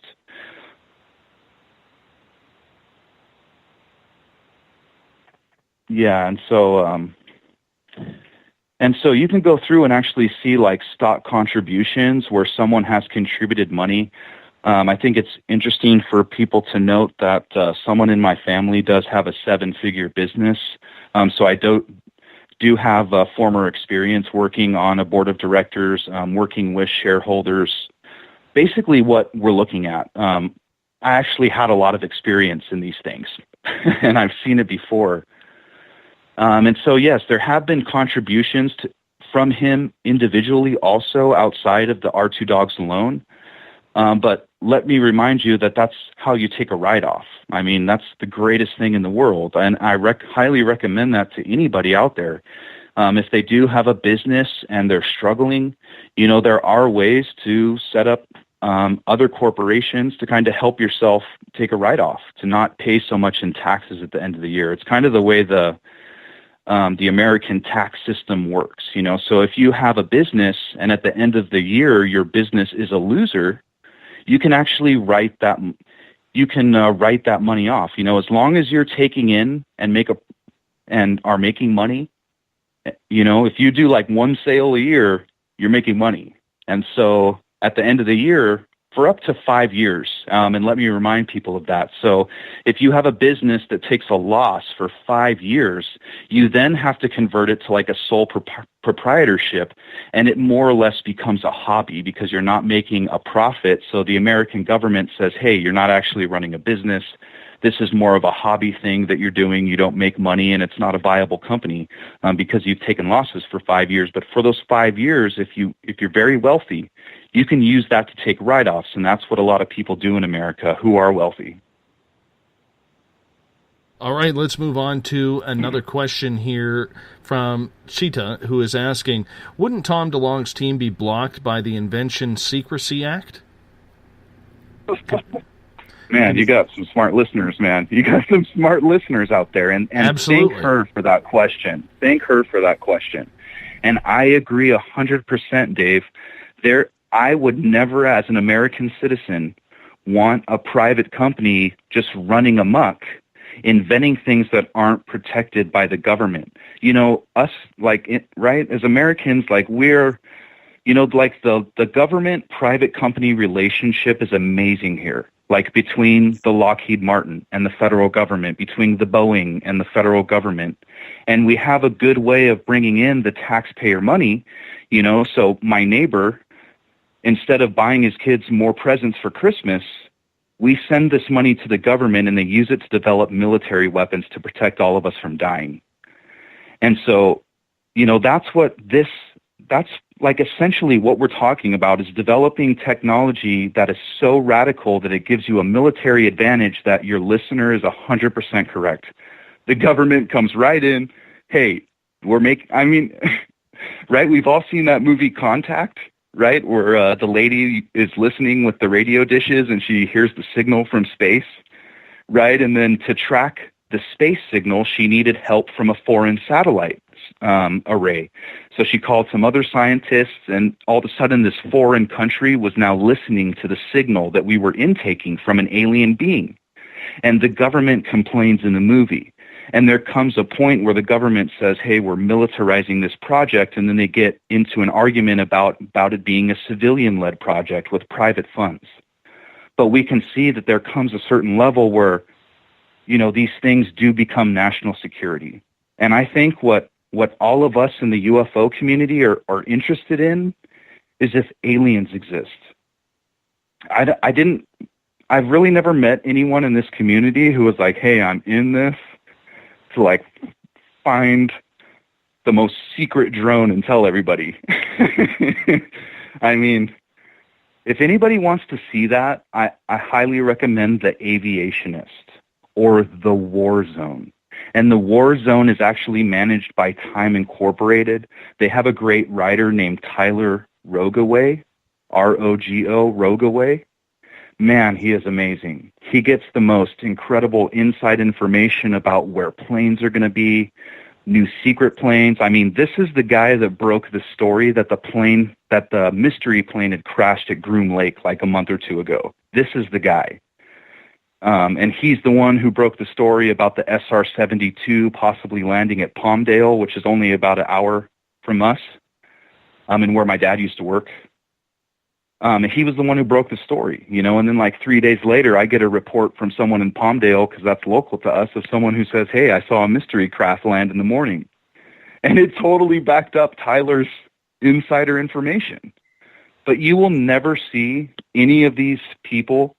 I mean, it's only like the mainstream media, like a CNN, who will like take these secrets too far because they're always trying to make money, you know. But I think a lot of us in the community who spend time around these military people, I hang out with like test pilots, bro. I have so much respect for these people who are in the service and the Air Force and the Marines, the Navy, the Coast Guard, the National Guard, the Army.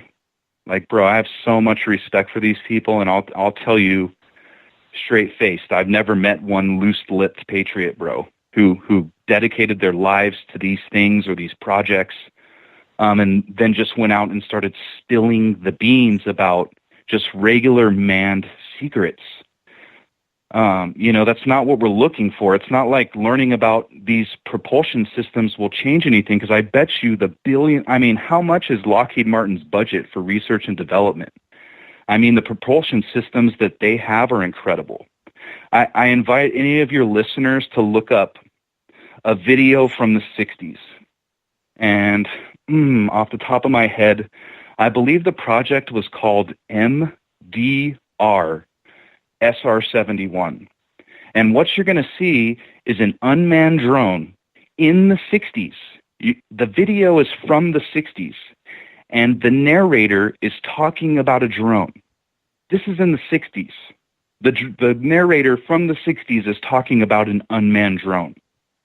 And it's going to show you a video of an SR-71 with a drone attached to the top of it at the rear of the craft, in between the two tail wings that come up. And the drone looks just like a single engine from the SR-71. So it almost looks like there's 3 SR-71 engines on. And what you're going to watch in this video is this SR-71 go up to cruising altitude, right, at like 70 to 90,000 feet or wherever it's at, basically on the tip of space. And that's where this unmanned drone is released from the SR-71. This unmanned drone releases and then flies on its own in the 60s. So who knows? Maybe that drone was going to space. Maybe that drone is flying secret projects. Maybe that drone is the Aurora project. And so there is like things that have been going on for a long time, in these propulsion systems that are radical, but we're getting into sketchy territory when I can guarantee you 100% that any of those people from those private companies like Lockheed have signed non-disclosure forms for releasing, just regular national defense secrets.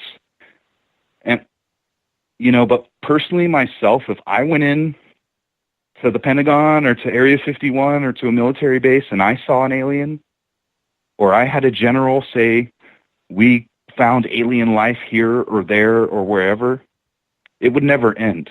You would see me sitting outside a CNN building or Fox News every day, holding up a sign that aliens are here, type of thing, So we just need like real passionate people in this community where that is the goal. The goal is disclosure about alien life. If anyone is doing like research and development on these advanced systems, I promise you it's these companies who have trillions of dollars. Trillions, Dave. I mean, I bet over the years Lockheed Martin has spent trillions to develop the technology they have. And in fact, I know that for each of these individual projects that they can spend up to 30 years developing them before they're even released. And that's what we're talking about. I think a lot of what we're seeing right now is a release of the next stage of what was made after the F-117, the stealth fighter, after the B-2, the stealth bomber, and after these stealth unmanned drones. And the drone I was just talking about, I've still never seen that on anything. And I found it by accident. So I think what we're seeing out from like these big private companies is the next stage of release for what have been the next stage of our fighter craft and the next stage of the lower spacecraft. And that's what we're seeing with like the Boeing X-37 that just got sent up in the SpaceX Falcon 9, right? Or was the Delta, I believe. Right, and so that's what we're seeing is like them showing, hey, here's this Boeing X-37. Look, we got a private company sending it up. Private company built it. Here's what it's doing. Sometimes spending over a year in space. Well, hey, man, I mean, if this thing goes fast enough, it could be going to the moon or to Mars and coming back. So I think we're just kind of seeing the next stage of releases because the U.S. government had been hiding a lot about these programs for a military advantage. One of the things that I wanted to ask you about Tom DeLonge is the fact that a lot of people are now out there wondering if this is some sort of disinformation campaign to get people away from the whole aspect of disclosure and the UFO phenomenon, rather than building our own craft and use that as the gateway to outer space, much the same as Richard Branson is doing or Elon Musk is doing, and something NASA used to do. Do you see this as being a form of disinformation when it comes to maybe shutting down the entire disclosure element of it all? No, I saw it as making money solely. I mean, I could tell you right now, I mean,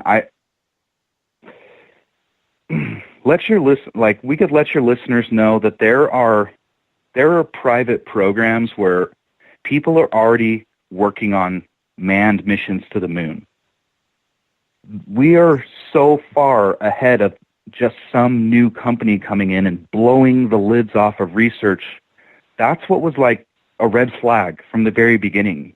I think because me and Tracy do so much research into these private companies and about the projects. In fact, I've never really met a UFO person personally face-to-face who was as knowledgeable about aircraft. And in fact, I try to interact with pilots on a weekly basis to keep myself educated about the aircraft industry and about the planes and what's going on. So that way I can approach this phenomenon better when I see a video or a photograph or someone's telling me about, hey, there was this many lights this way. I don't, that's all I thought it was for, Dave. Do you think, though, and I'm going to stick on the disinformation point here, because there is nothing on the website regarding UFOs and or disclosure, do you think that even though it is a company where the main players are saying we're going into this, do you think that's just a money grab on their end to try and get the UFO community to buck up? I would see that from the Lockheed perspective. And personally, the military and the government would just laugh, and the generals would laugh, I think, at any civilian trying to pierce the veil, I guess you could say.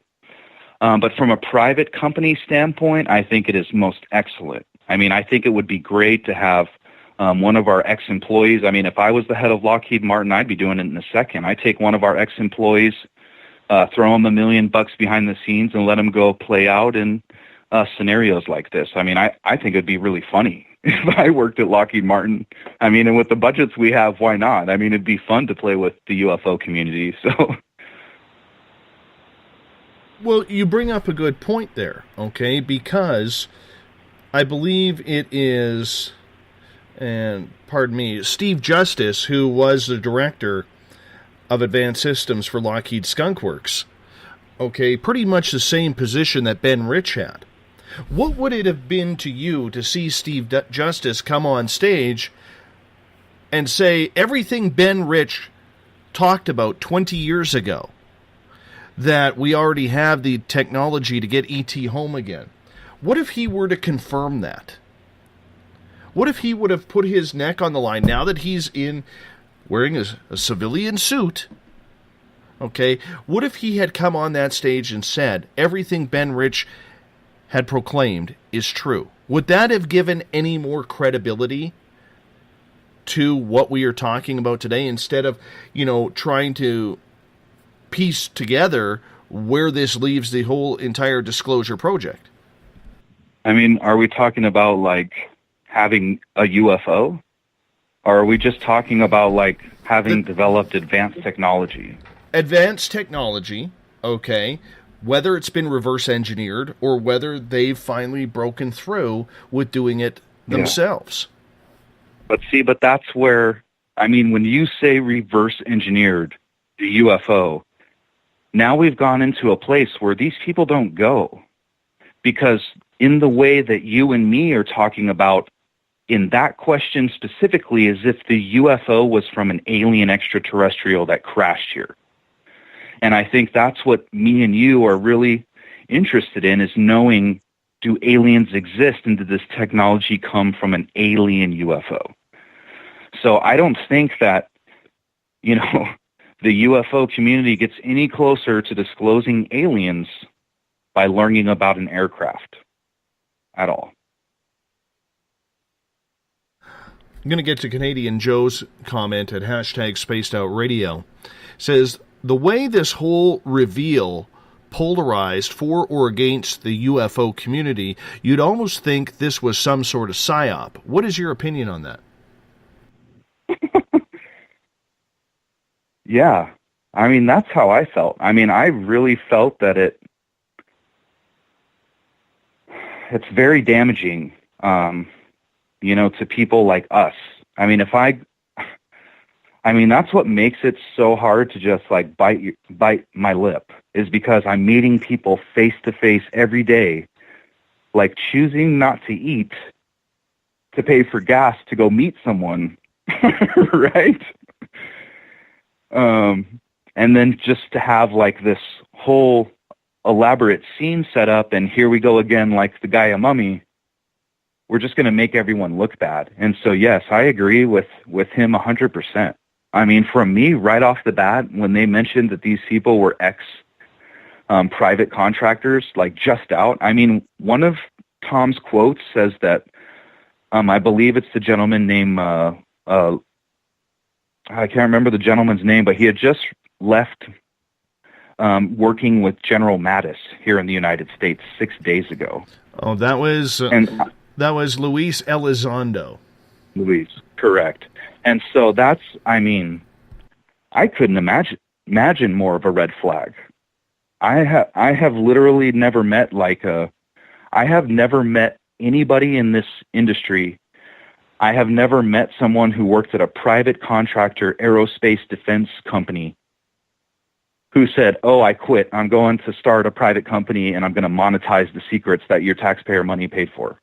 I have never seen that before.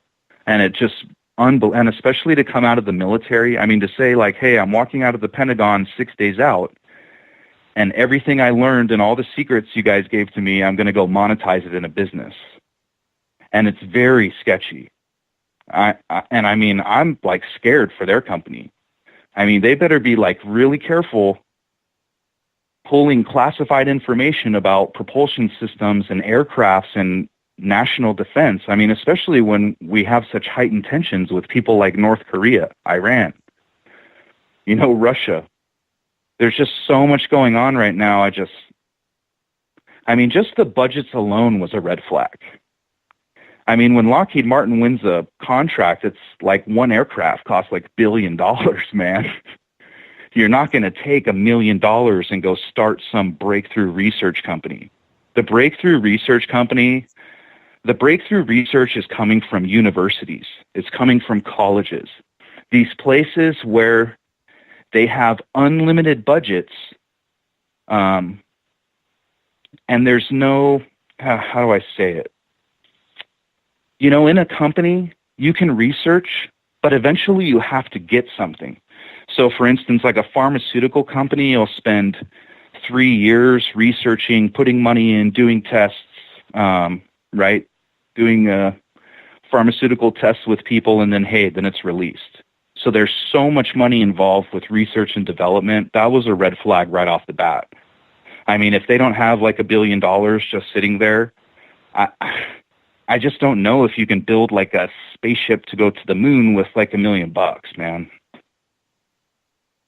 I don't think it can be done either, but it still makes you wonder whether or not the legitimacy of the entire project falls on the hands of these people who have the potential information, or whether or not it falls in the hands of the public to help donate to the cause, right? Right. But that's where I've got very frustrated, is that when we all were made aware of this, no one said that 70% up to 90% of the money was going towards paying back debt and these other companies involved. Nobody said that. So, I mean, when I watch a business program on television and a commentator or a news reporter or someone who calls themselves a journalist is talking about something, you see a little graphic appear at the bottom. And it says, does this person own the stock they're talking about? Yes or no? And then it shoots over and another one says, does this person's family or friends own any of these stocks they're talking about? So when we're talking about disclosure, I think there's even two angles. There's UFO disclosure and then there's financial disclosure. That didn't happen. And I think anyone who's an investment buff, I mean, it was red flags for me immediately. You know, anytime I see a penny stock, I'm very interested to read like the quarterly reports and the programs, the budgets, the filings, and only because it's a public company, you know, so people are investing their hard-earned money into it. I just think it's really important for some of these disclosures about what was really going on. It's not like if we all donate $1 million goes to research a project. It's not even like that. Like I said, if they got $5 million, 1.8 went to employee salaries, 1.8 million. So take that percentage right off there of any money that gets donated. And not to mention his sister is one of those people that's getting paid. So I just think there was not enough disclosure from that end. Earlier in hour number one, you made an interesting comment, and this is something that I had looked for as well when I wrote my blog, that there is nobody on that team who has any real, well, I'm not going to say real may be the wrong term, but any public experience regarding UFOs, whether it's, like you said, Stanton Friedman, or Linda Moulton Howe, Grant Cameron, Stephen Bassett, even Dr. Stephen Greer, whether you agree or disagree with him. Another one on that would be John Podesta, right? Because of the WikiLeaks, where it is known that, you know, both Tom DeLonge and John Podesta were talking UFOs over email. And it was in one of the cables that WikiLeaks, Julian Assange, released. So why do you think, and I realize this is just a hypothetical question, why do you think there are no current ufologists on that team that nobody has ever heard of? I mean, Nick Pope is another good example, you know, or even Nick Redfern. People who've been studying this for the last 20 plus years, and there's nobody there. Yeah, and I'm sorry I forgot to mention Nick Pope this whole time. So, yeah, I really feel like he stepped up too this year. You know, in fact, he, you know, mentioned that he didn't have any part of this DeLonge announcement. But he wasn't like 100% not saying anything. I mean, he talked about it in a skeptical point of view. Okay, sounds great, but we'll see what comes. And he was very skeptical on if any new disclosure is coming.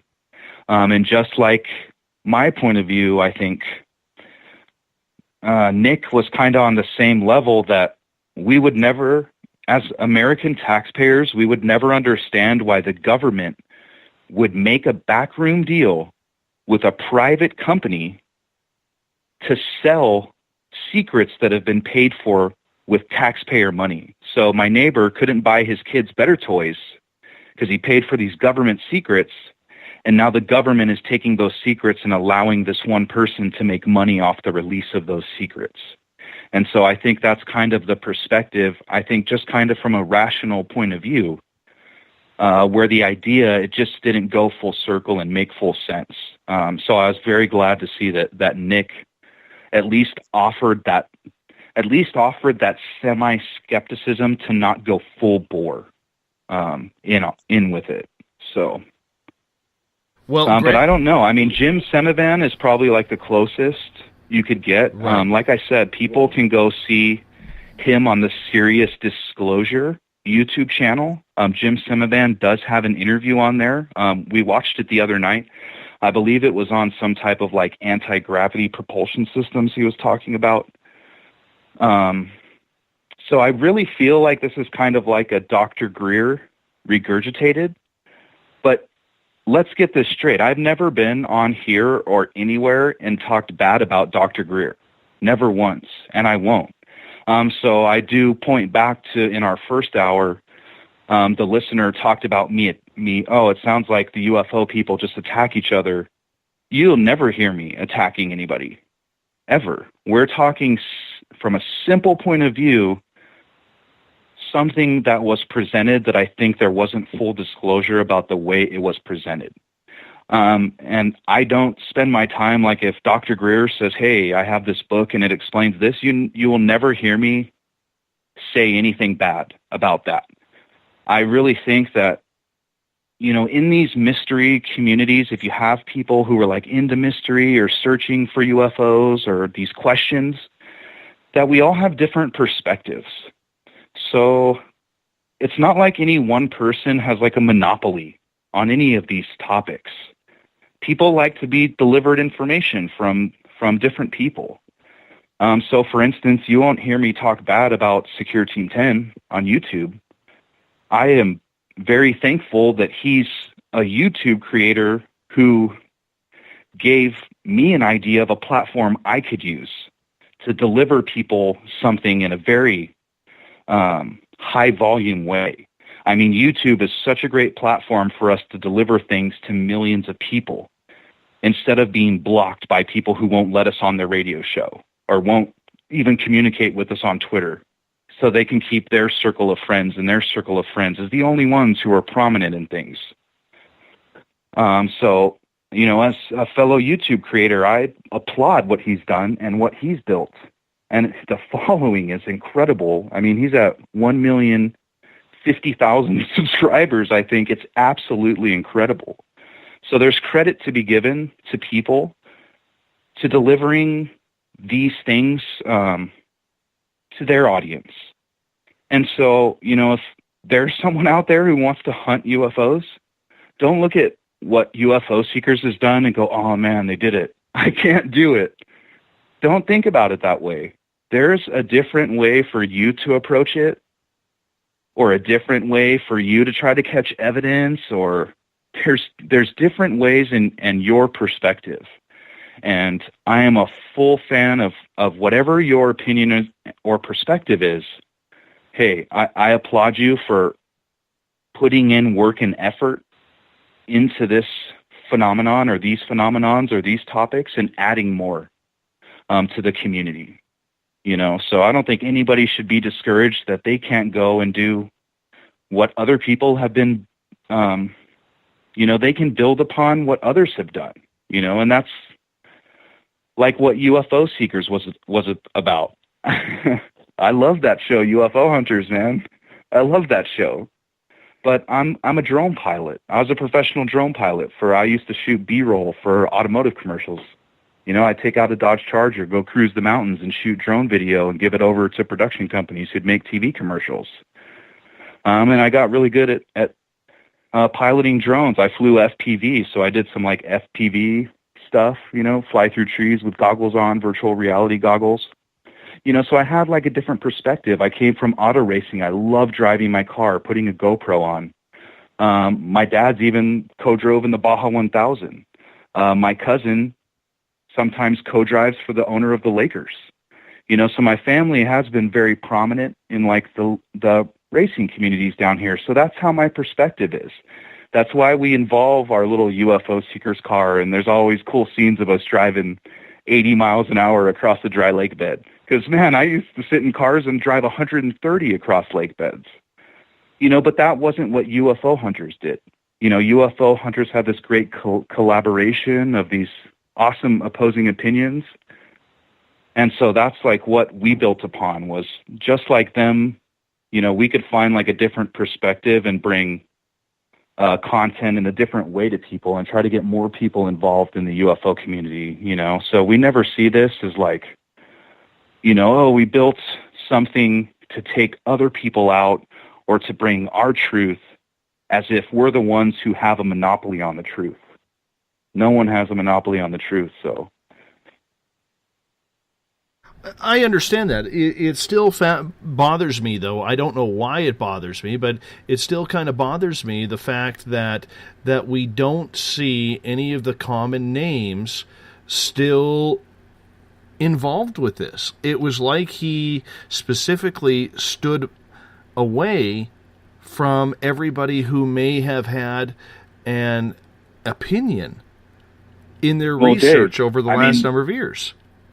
Let's just speculate that maybe those people had more questions, man. I mean, maybe when, someone approached someone like a Friedman and said, hey, let's get you involved, and he goes, okay, where's the platform for hunting these UFOs? That's where I think it would end, because there wasn't anything written. This is just like an idea. In fact, if anybody reads the SEC filings for To the Stars Academy, they can see projects that they were working on. And I even managed to pull up an old article from April, I believe, in Rolling Stone, where Mr. DeLong was talking about making a reality show about making To the Stars Academy, which would someday hunt for UFOs. So that's more of what we were looking at, just kind of a way to, honestly, man, just to make money or make something. And I think, unfortunately, a lot of people may be disappointed that in this specific instance, and I really expressed that to people. It doesn't mean that Tom's going to make something great or be the one who brings anything. We're literally just talking about this specific company that these elites in the media force-fed us shameless journalism. Plain and simple, man. Well, it is interesting indeed, because I know Grant Cameron, when I asked him on Twitter in regards to what was going on with this, he explained point blank, and he was quite honest about it. He says there are 4 more books and probably 100 new television shows / documentaries to do before any type of disclosure can happen.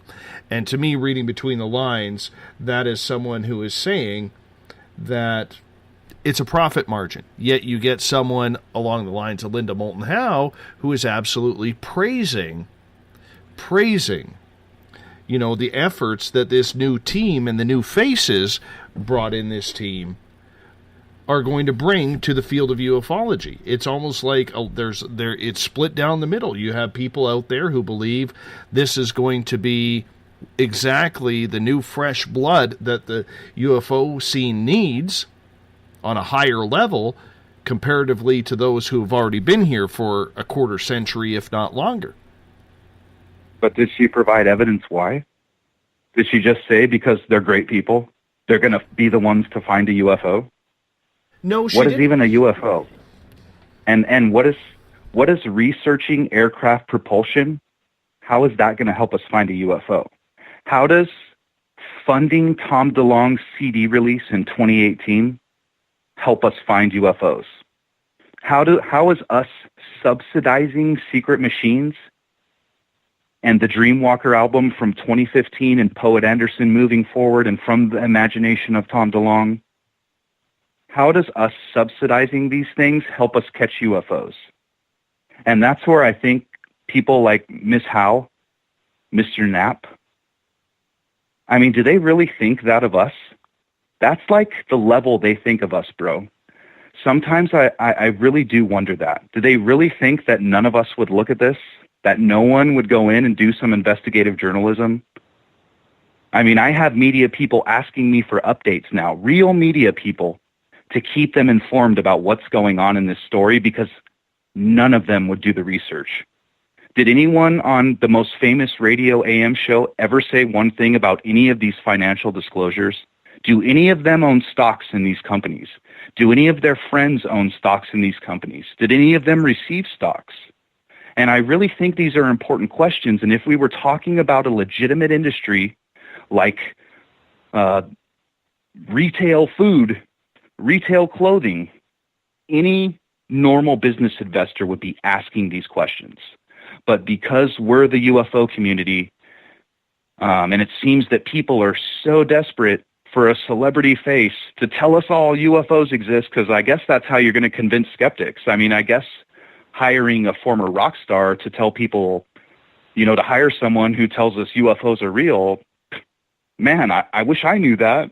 God, what a waste of time my YouTube channel's been. I thought I actually had to go hunt UFOs to find them. I literally thought that I would have to go to places with a camera to go film UFOs. I had no idea that all I had to do was hire some guy from Lockheed Martin, and hey, I'd have evidence. So I would really ask Ms. Howe, to provide some evidence of why studying aerial phenomenon. So let's say the company takes in $5 million, $1.8 million goes to salaries, $400,000 goes to pay back our two dogs loan. I believe almost $1 million goes to fund these books and projects. The listener was talking, or the person talked about that you mentioned, also going towards Tom DeLonge's 2018 CD release. So I would really like Ms. Howe to explain to us how 20% of the money invested is going to find UFOs. It blows my mind, Dave, and it makes me so upset and frustrated because it just makes everyone lose credibility. And so any mainstream person that would ever cover a UFO topic again will never give it the time of day if it really turns out to not be what it was. I mean, where's the follow-up story to the Gaia mummy in the elite media, man? All right, let's that can open up a whole different topic right there. But I mean, this is something that we are going to continue into hour number 3, and we'll see where it goes. We're also going to get to some other questions as well for Tim here in hour number 3. Tim Doyle is our guest tonight on Spaced Out Radio. His website, UFOseekers.com. Tim is here to talk everything UFO the third Monday of every month, and we love having him on. It's a great heated discussion tonight about Tom DeLonge's To the Stars project. Good, bad, indifferent? What do you think, amateur ufologist? We'll be back right after this. We're getting strange on Saturday nights. Hi there, this is Dave Cruz, and each Saturday, starting at 9 p.m. Pacific, midnight Eastern, I will take you on a tour of the weird and obtuse on Spaced Out Saturdays, from aliens to Sasquatch and every tinfoil hat in between. We got you covered. Join us at spacedoutradio.com for Spaced Out Saturdays. See you there. Not ready for bed on Saturday night? Right after Spaced Out Saturdays, hop on over to S4 with Corey Ruiz and me, Eric Cooper from Forest Moon Paranormal. With S4, there are no limits to what we try and uncover. From government conspiracies to helping clean up the paranormal, no topic is safe on S4. We get to the heart of the matter, of the subjects you want to learn more about. So tune in on S4 starting at midnight Pacific, 3 a.m. Eastern, only on spacedoutradio.com. Have you had an experience you can't explain? Would you like someone you can trust to look into it? We have just the place. The SOR Sightlines Report is the place for you to find answers. Whether it's Bigfoot, UFOs, Dogman, ghosts, aliens, or anything strange, the Sightlines Report will get you connected with one of our expert researchers to find out what's going on. All of your personal information is kept 100% confidential. The SOR Sightlines Report, a place for you to find the answers you need. Only at spacedoutradio.com. Hi there, I'm Butch Witkowski, lead investigator with U4 Cop. On the final Monday of every month, you can listen to me and host Dave Scott on Spaced Out Radio's Strange Days. We're going to get to the heart of the matter when it comes to what's happening out there. People are seeing and experiencing things from ET contact to Bigfoot, and I want to hear about it. Your experiences are what we investigators need to help solve these unknown mysteries. So tune in at spacedoutradio.com to the final Monday of every month from Butch Witkowski's Strange Days. This is Eric Markham, news editor for the Spaced Out Radio's The Encounter Online. We have put together a great team of writers and journalists from all over the world to bring you top-quality paranormal stories, from alien encounters to the latest conspiracies. You won't find any of that fake news here. True stories and top-notch reporting as we look to bring these experiences to the mainstream. The Encounter Online, only at spacedoutradio.com. Do you want to know the truth? Do UFOs exist? Are aliens real? Are the governments hiding the biggest secret in history? We're UFO seekers, and we're on a hunt for the truth. Subscribe to our YouTube channel and follow along with us as we journey across the United States, visiting UFO hotspots and alien hotspots, trying to document the UFO phenomenon. Catch us on Spaced Out Radio every third Monday of the month as we discuss Area 51, UFOs, and more. And also, don't forget to subscribe to us on YouTube. Patrolling the Pacific Northwest, we are always on the lookout for the strange and unassuming stories that real people are experiencing. Hi, I'm Vincent Zunza from Pacific North Weird. Me and Alexandra Sullivan have teamed to bring to you those odd stories that never seem to make it into the mainstream. Stories so weird that will leave you scratching your head wondering, is this real? It's as real as it gets with Pacific North Weird. You can watch our videos right here at spacedoutradio.com. Become more intimate and interactive with Spaced Out Radio. Join our Space Travelers Club with your new membership. For $5 a month, we'll provide you with special access to the website, monthly prize draws from books to psychic readings, along with monthly newsletter, private interviews, and more. Sign up today to be part of Spaced Out Radio's experience. Looking for a place to advertise at a very reasonable cost? Look no further than Spaced Out Radio. SpacedOutRadio.com has an advertising tab that you can click to check out our daily, weekly, and monthly packages to play on the radio, or our website including social media. From commercial spots to banners, we have it all. Check out our competitive pricing today. Don't have time to listen to Spaced Out Radio live? Wherever you are, the car, the office, the shower, or even if you're traveling, we're right here for you. Each Spaced Out Radio show can be found on iTunes, TuneIn, and on our YouTube channel, Spaced Out Radio Show. It's the perfect way for you to catch up on our shows. For more information, just head over to our website, spacedoutradio.com, and tune in to us today.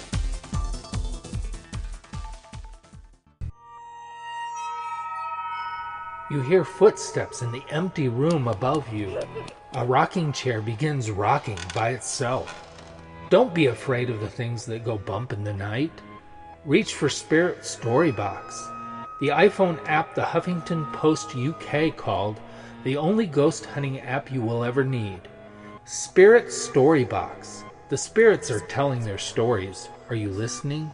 Strange creatures lurking in the night, the sounds of wood knocking in the forest, odd happenings right out of a fictional world. These are the reports I love.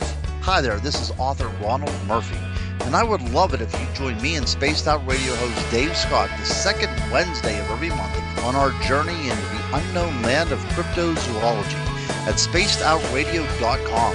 From Mothman to Frogman and everything in between. Hey, they don't call me the crypto guru for nothing. It's Cosmic Sundays with me, Elizabeth Anglin, in Cosmic Passport. Let me take you down a 3-hour spiritual journey where we will get into everything from ET contact to Psychic Sundays. It's a journey of listening and learning together with some of the best professionals in their fields. You can tune in to Cosmic Passport at spacedoutradio.com every Sunday starting at 9 p.m. Pacific, midnight Eastern.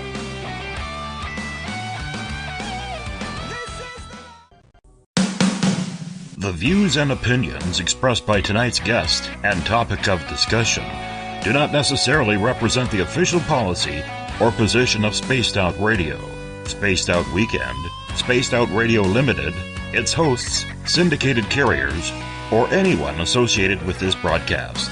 You're listening to Spaced Out Radio with Dave Scott. Follow Dave on Twitter at Spaced Out Radio and hashtag Spaced Out Radio, and on Facebook, Spaced Out Radio Show.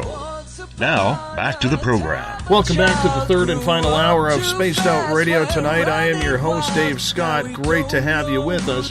Tomorrow night on the program, JC Nova is going to join us. We are getting into the whole debate over astrology. Does it work? How do you use it? What's it all about? We'll find out at 9 p.m. Pacific, midnight Eastern time tomorrow night at spacedoutradio.com. We want to welcome in Buddy listening in on WQEE 99 Rock the Key down in Noonan, Georgia, home of The Walking Dead. We are live as well on the United Public Radio Network, 107.7 FM in New Orleans and over 160 countries around the world. Great to have you with us as well. We are also live on KTLK, The Fringe FM, Renegade Talk Radio out of Las Vegas. And if you're listening in on Revolution Radio, remember the Double R Machine is a donation station financed by you, the valued listener. Head on over to freedomslips.com and donate today. Bill Cardwell has set the password for tonight in the SOR Space Travelers Club, and that password is Oclophobia. Oclophobia is your password. Make sure you use it wisely, Space Travelers, as Bill sets the password each and every night right here on the mighty SOR. Now, if you want to follow us on social media, you can do so on Twitter at Spaced Out Radio. Use the hashtag Spaced Out Radio if you want to connect live with me during the show as well. You can give our Facebook page a like, Spaced Out Radio Show. While there, you can also join us for live chat during the show in the SOR Space Travelers group. We're also on Instagram, Dave Scott, SOR. You can listen to us on iHeartRadio in the United States, TalkStream Live, tune us in on TuneIn, download this show, and subscribe to our shows on iTunes. Our website is spacedoutradio.com, where we have a plethora of features for you, including joining the SOR Space Travelers Club for $5 a month, rock out to some Bumblefoot, shop at our Spaced Out Radio store. You can also read the encounter online, as well as great video footage from UFO seekers and Contact TV, so much more at spacedoutradio.com. Tonight, for the final time, we introduce Tim Doyle from UFOseekers.com. We've been talking about the announcement last week from rock star Tom DeLonge and his To the Stars Academy. Tim, welcome back. Thank you. Not a problem. It's good to have you with us in this show. If you were putting a team together of ufologists, would you seek people who maybe the UFO public had never heard from, much like Tom DeLonge did, or would you try to bring together those who've been researching this field for a long time and maybe their messages have worn out with a lot of people in the UFO field in order to try and bring some sort of, group together to try and establish disclosure, much like Stephen Bassett has tried? I think if anything, I would bring in, just based, I guess, on your question, if I was speculating, like, hey, I think the dream team would be MUFON, or bringing in MUFON exclusively. But honestly, like, if I had any choice, I would pick Tracy, my girlfriend, because I think, we're talking about an unexplainable subject where things happen randomly in random places. It's a little different than like going to a haunted house, because when it comes to like a haunted house, we have an address. So we can go to that address and here's the house that contains what's happening, and it's inside these four walls. So it's different. I'm not saying it's easy. I'm not saying that at all. I'm just saying that you can nail down things a little better, and we can spend our time focusing here. So honestly, I'd say from my perspective, it's about enjoying just getting out to be able to spend the time in the field looking for these things to happen. So there are so many holes in this project. And like I said, and like I stated in the previous hour, I think Tom DeLonge has the ability to be doing something right. I think his heart is in the right place. I do believe he wants disclosure. But what do you think should have happened differently at that press conference?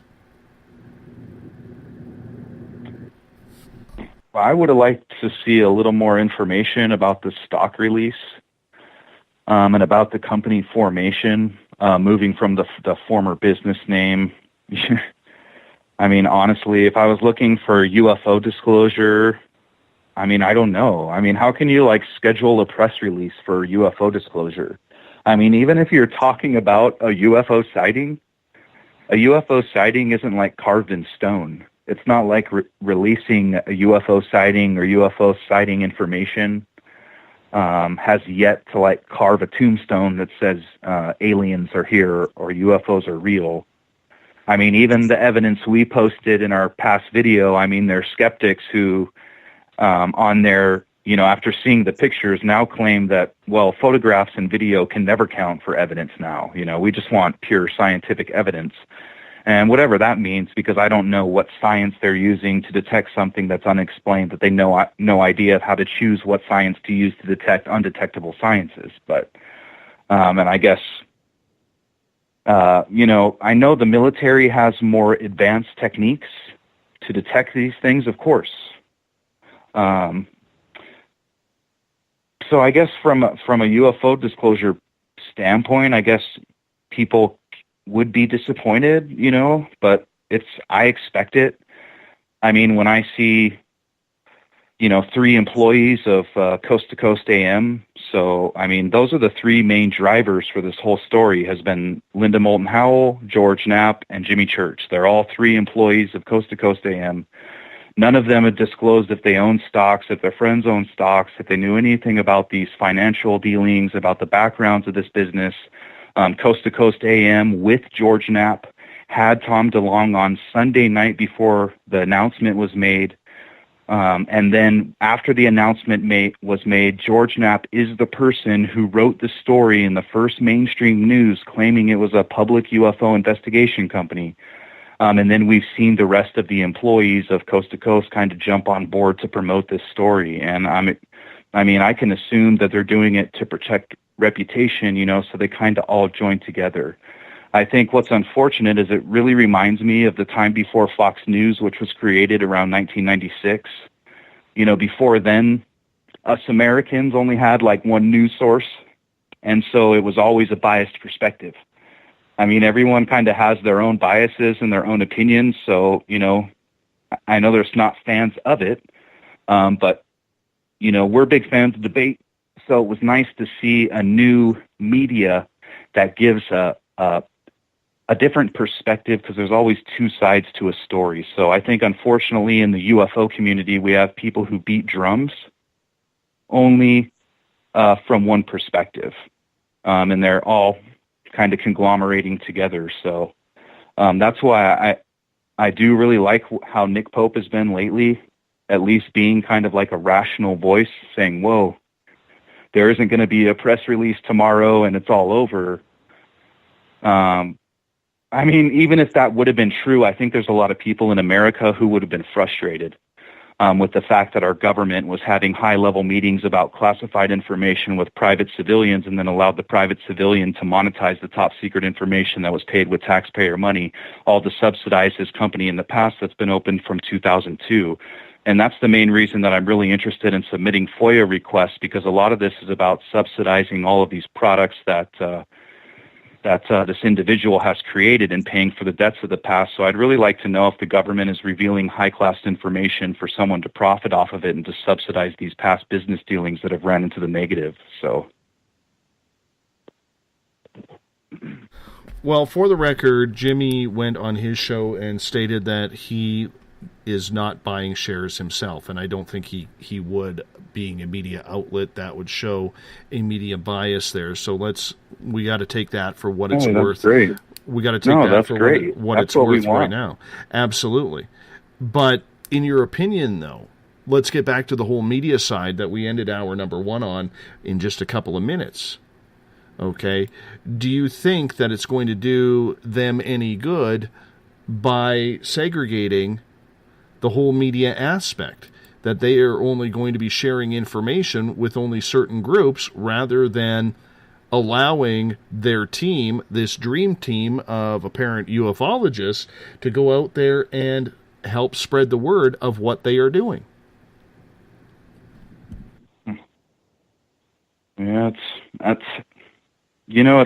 so tough to get into that. I mean, that's why I'm such like a big fan of like YouTube, because YouTube has given me the freedom to not be shut down by certain individuals. I mean, because I'm sure if they had it their way, they would block any of our content from getting out to people because they're so protective of, this topic and monetizing the UFO topic. So it's, it was extremely difficult for me and Tracy to break in, but I mean, we're coming up on our year anniversary at the end of October, so officially we've been open for a year and managed to gain 70,000 subscribers. So, I've never even been acknowledged by one of these people. Even though I have received communications from people like the Discovery Channel, and others, and Discovery Channel Canada, how funny is that, for Area 51 footage. But for instance, Tracy and I managed to capture that footage of Area 51 that went viral around the world. It went viral in Korea, Australia, all these places. And not one of those employees of that company ever mentioned it once.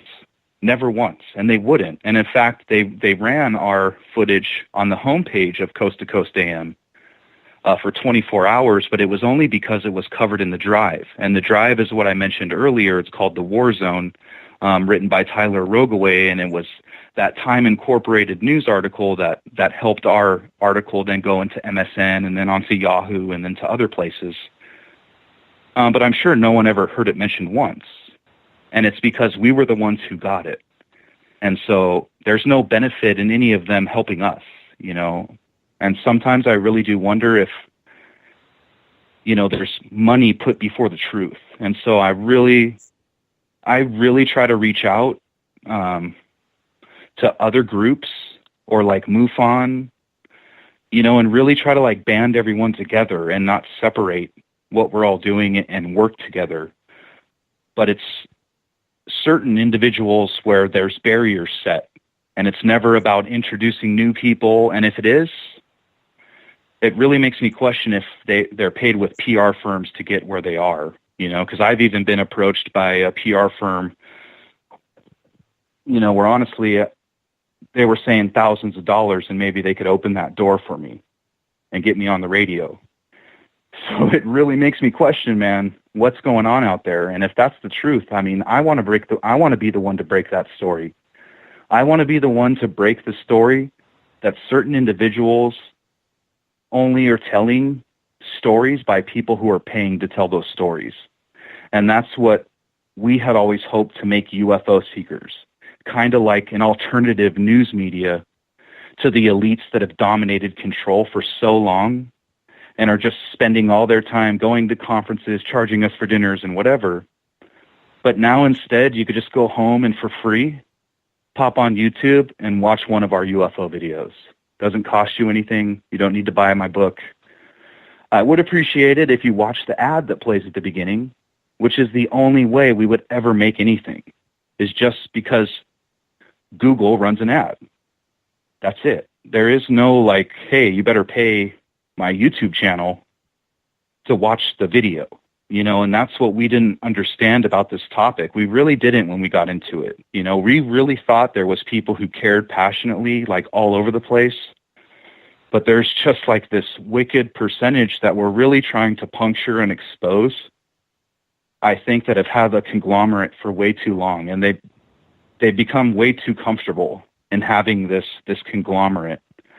So hopefully, we can help provide an example for other investigative groups or other people to get more involved, in their community, telling these UFO stories or these ghost stories, or, I know if you go on YouTube and you look up ghosts, there is a lot of channels, but don't let that discourage you. You have a way to do it yourself with a different perspective, different voices, different teams, and find something that, yes, you provide evidence, but at the same time, you have to have some entertainment value in there to keep people interested, because people have, we all have short attention spans these days.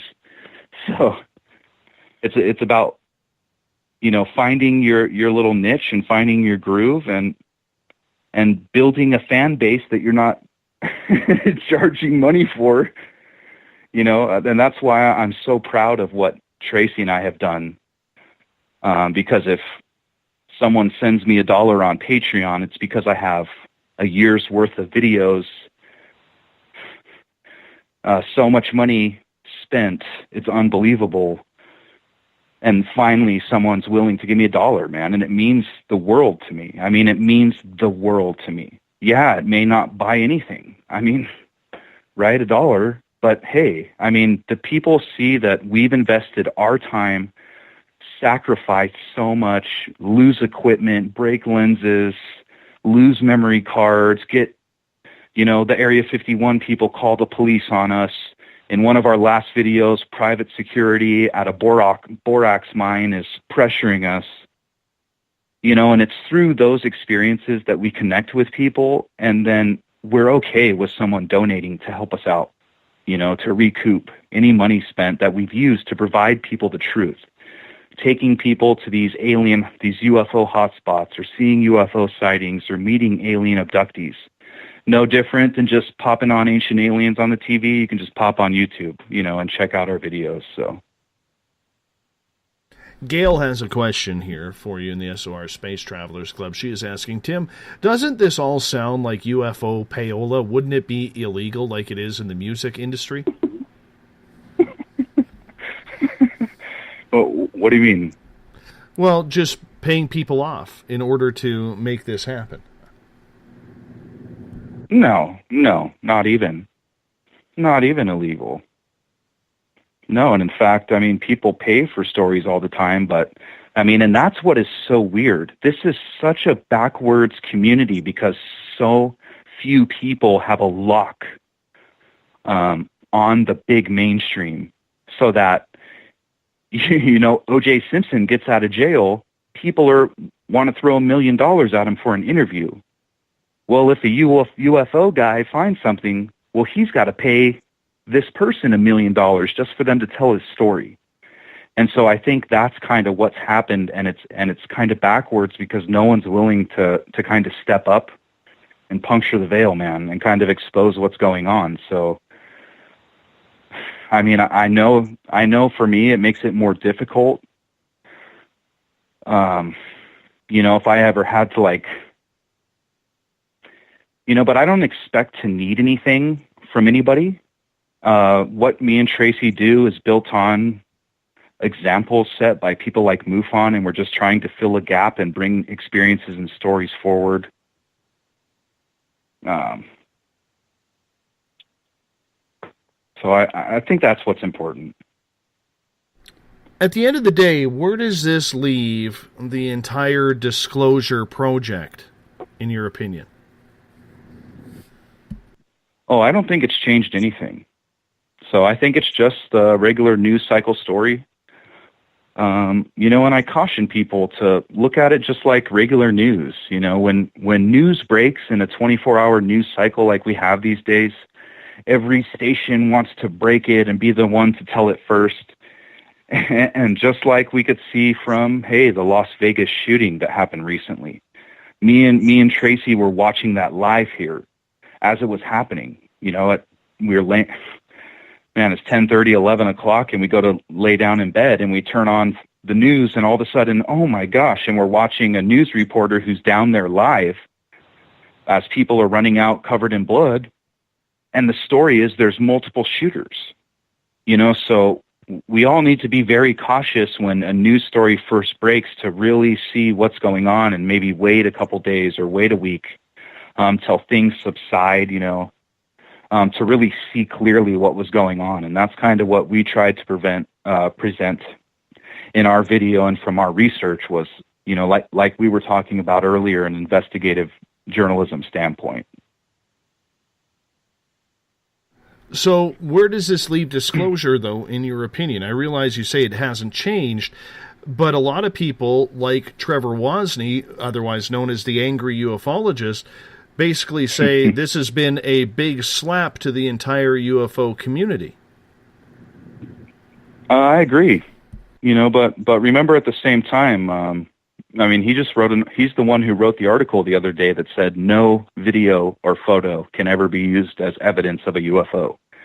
And it was literally, I believe, a response to a video that we posted that said we had 100% photographic proof. And I invite anyone to go watch our video I believe is our second to last video. It is 100% photographic proof that a UFO is flying in that area we were at.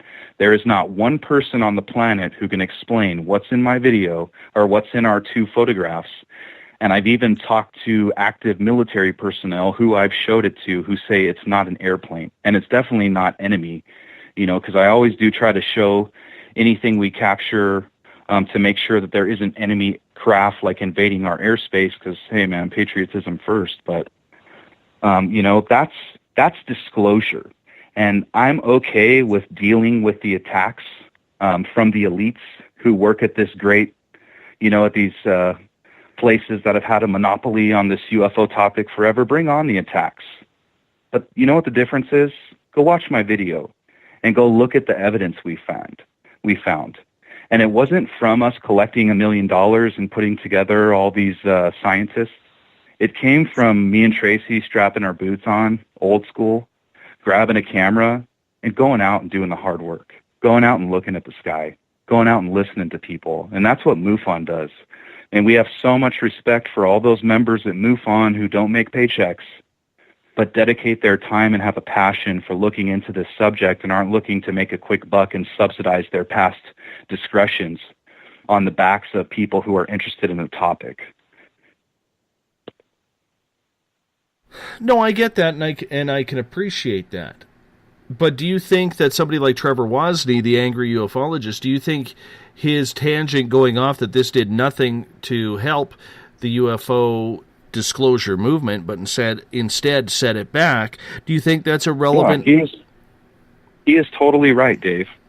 So now, just look at us as an example. Imagine like something great happened for us.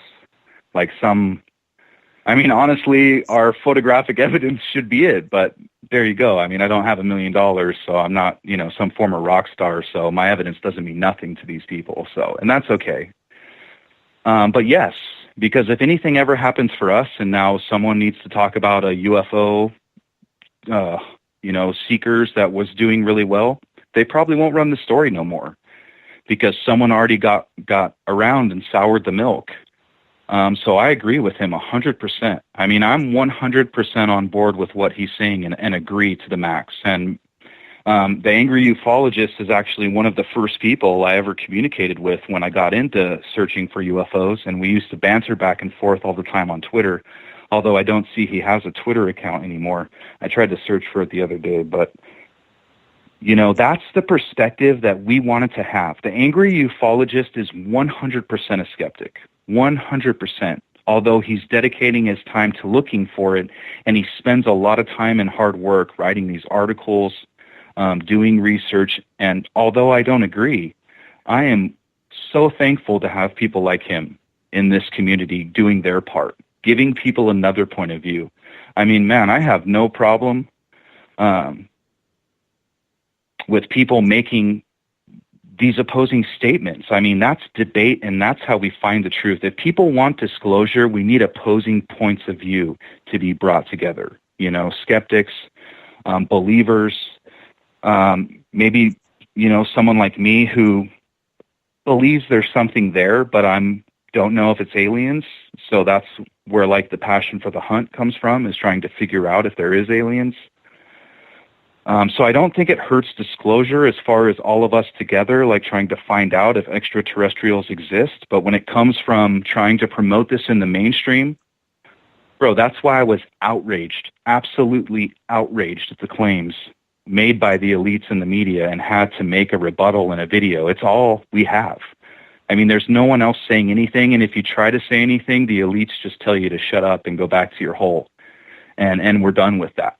These are different times, and there's people coming into this who want disclosure, like myself, and I'm not going to let anybody tell me, that I have to like invest in something to find out what my government's been hiding.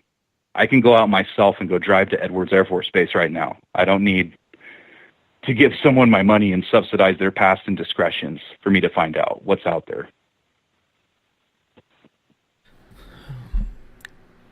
When it comes to the angry ufologist, I agree with him most of the time, and I agree with him in regards to this subject. I do not agree, though, with a lot of what he says on what is proof.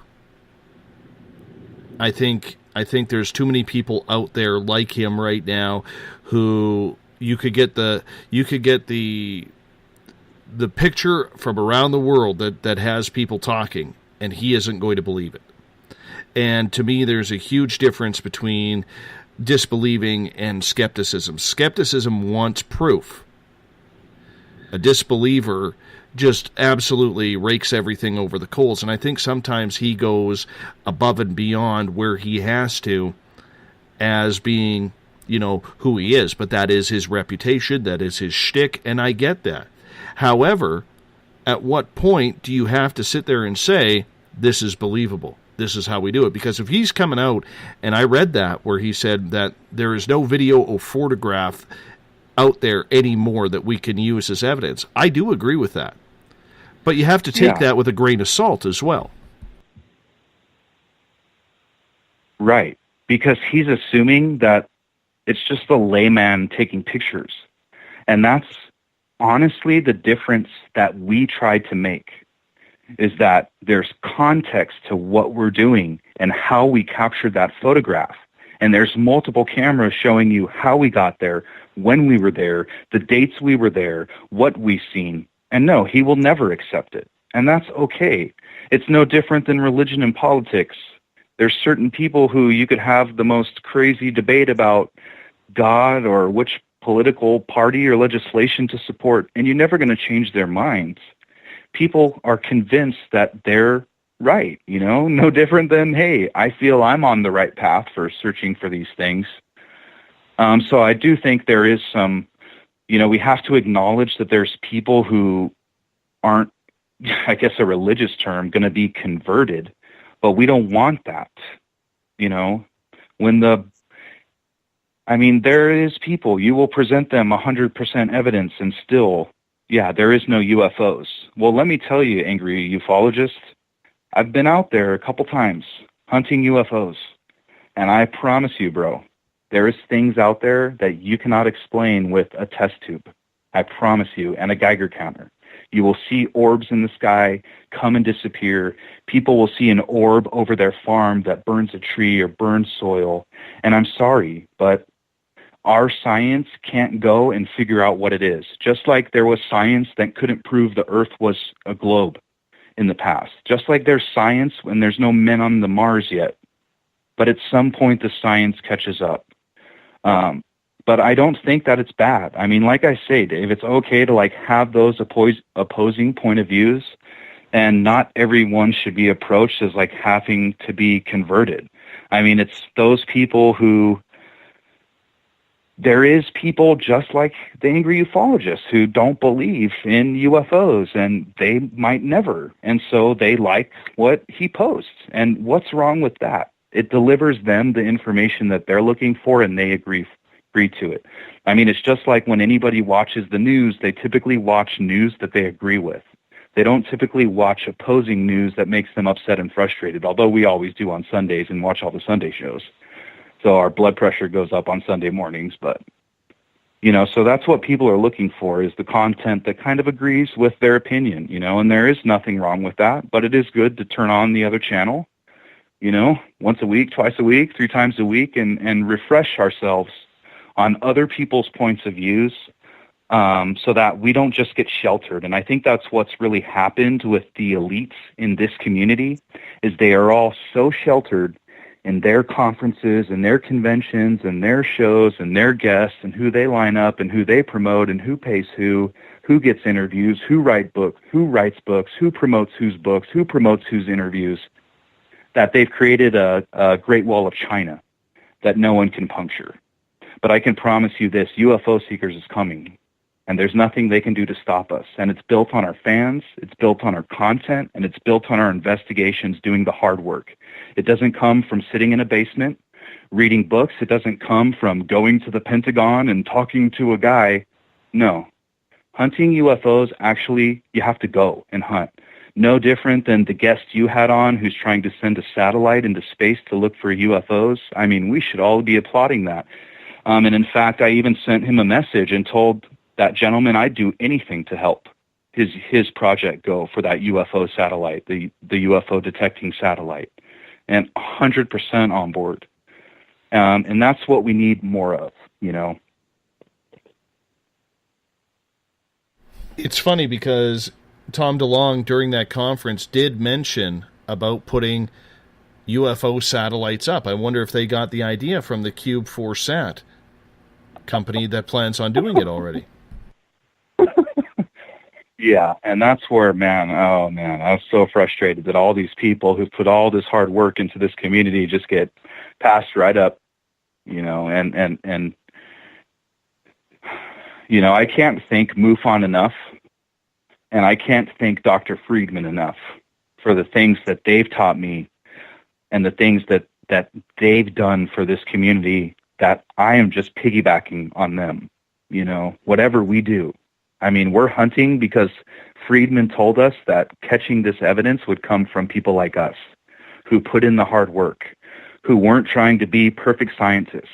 I mean, bro, when I'm out there sitting for like, dude, if I've been in the desert and it's 100 degrees and I'm sitting out there covered in dust, I've been sweating, I'm on the brink of dehydration, but yet my camera's still pointed at the sky, and every time I see a little light or a blink or a chemtrail or anything, I got to point the camera, I got to record. Man, now I got to delete that video when I come home. It is no joke.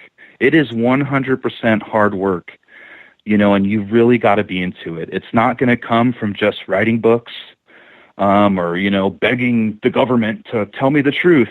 You know, it's not going to come from that. It's going to come from some regular person, and it's probably going to be like Grandma Smith, who just happened to have like a VHS camcorder, bro, and she's like recording down a hallway, and she sees a UFO land outside. I swear to you, that's how disclosure is going to happen. It's not going to be because like some scientist is so great and he's so smart that he like figures out the ancient code and hangs out at the pyramid where an alien comes down. You know, that's just not how it's going to happen. Well, we will soon see on what is going to happen, because in the end, you know, it comes down to whether or not we could put all of these things together. It does amaze me, though, that if, say, the DeLonge group knew about this satellite project, why not get them involved instead of doing your own and raising money? How about teaming up? There has to be a point of where people come together instead of trying to start a new individual process. It's like, I hate to be like the torchbearer of bad news, but man, it's not a UFO company. It's To the Stars Incorporated, open since 2002, over 500,000 in net losses, 422,000 in net losses last year, 20% decrease in sales. SEC filings quote, from the company itself, we cannot continue operations because the cash flow has declined too much. We have to sell. We have to do debt and equity transactions to continue operations into the future. And that's where I think people are asking questions that aren't even relevant. And that's what the whole point was. The announcement should have just been that he's got a company, that it's an entertainment and film production company, and he wants to make imaginative books, which I am like such a fan of, and Secret Machines. Awesome.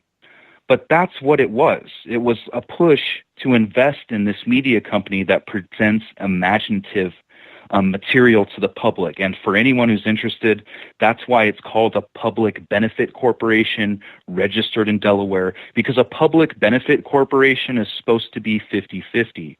It's a profit company, but half of it is typically done to increase the common good of the public. And so that's how they presented this. It was a UFO investigation company registered as a public benefit corporation in Delaware. And they never said anything about, it's mostly about profitability of these books and these music sales. And so that's why I think people are asking questions that aren't even relevant. I mean, if you sent that question to Mr. DeLonge himself, how is he going to even care about the best UFO team, bro? He doesn't even have it written out yet. And if he does, I promise you, Dave, it's a reality show. So if anyone like reads down in those filings, they could see that he planned on doing some festival. They can find it in the filings. He talks about a festival he wanted to have where he brings aerospace together with the music industry and the entertainment industry all together for the UFO community. But it doesn't say UFO. It just says having a festival where you have aerospace, music, and entertainment there together. But this is what I'm saying, Tim, this is what I'm saying, though, is everything is already there. Everything is already in place. I mean, you just have to see what's in Joshua Tree for Contact in the Desert down in California annually. Everything is all there. But it's almost like, you know, he is creating a company to take all of that over, to be the guy. That's what I get out of it. Rather than because the one thing about this field, it doesn't matter if it's cryptids, ghosts, UFOs, the one big complaint I have heard numerous times on this show is there is no continuity. There is no unity. We have to bring some sort of unity together. And when we have someone who is refusing to take the current puzzle pieces and put them together, but instead starts a brand new puzzle that doesn't need to be started, that is difficult. Yeah, so maybe the pertinent question for people to ask is, why did he start a brawl in the UFO community? I mean, he's basically taken it and shredded it down the middle and threw the papers out. And all of the elites are telling us that there's no one better but this person. So, I mean, I agree 100%. I mean, everything is there. Contact in the Desert is a great event. And there's great people who go there, and all from different spectrums who go to that, you know. Very reputable people who are going. I mean, honestly, Dave, I just think everyone's kind of in shell shock of what's going on and I think a lot of us don't even know what's going on. If anything does come from it, it's going to be like a reality show, or it's going to be something to do with film or entertainment that is investigating the UFOs. No, I understand where you're going with that. I totally understand where you're going with that it is all about non-UFOs. But what about teaming up? I mean, I'll ask this question in a different context. You know why, man? No. I got the answer for you. You know why? Because it doesn't make money, dude. If he wants to be me and wants to go hunt UFOs every day, trust me, there's no money to be made. You got to actually like to do it. You got to like the desert. You got to like the mountains. You got to like animals. You got to like being chased by bears, running into bobcats, almost hitting deers with your car, changing flat tires, getting stuck out in the desert, survivalist equipment. And then hopefully once a year you see something weird on video. And there's no money to be made, man. You got to seriously just like to do it. And so I think that's where it's kind of being lost, you know? It's like, hey, if we all put in this money and make this pot of gold so big, you know, that pot of gold is going to buy us the truth, you know? And I really stress that to people. There's no amount of money that's going to buy the truth from the government. And if there is that amount of money, it's going to buy an invention that's so great that the government's going to militarize it and make it a secret and monetize it. So, I mean, if you ask me, in my opinion, he just took like a nuclear bomb and dropped it right in the middle of the UFO community. I mean, I was the biggest fan of George Knapp before this. Man, I honestly, bro, he should just go work for CNN now. I mean, it's on that level of fake news.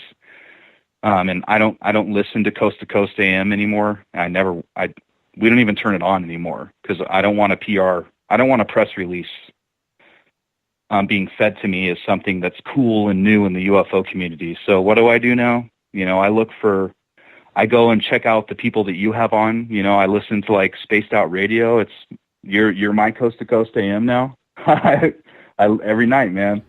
I try to be number 2 or number 3 in the chat room and hang out, and we have there's a great group of people, and there's no barriers to anything. You know, everybody talks to everybody. So, I check out like the paranormal groups you have on and people like that. I reach out to YouTube creators. I talk to Ryan Sprague from Somewhere in the Skies, doing his podcast from New York. And all these little people who are like these little groups that are on Twitter and stuff trying to make their way in. Man, I totally support. I try to like their stuff and share it and participate and listen to it. Hey, if a new UFO podcast comes up, man, I'll listen and give those people due credit and try to, so when anybody's doing anything, I'm definitely like working to promote it for them, and using any power I have or anything of viewership to try to help the UFO topic to find the truth. And I think there's just people who aren't out there to find the truth. They're out there to get a paycheck tomorrow. So, and I think it's that way in any industry, so people just need to be skeptical and they need to, really think hard about who is doing this to try to find something and who is doing this to make a quick buck. It's a tough economy out there. Where does the UFO field go from here?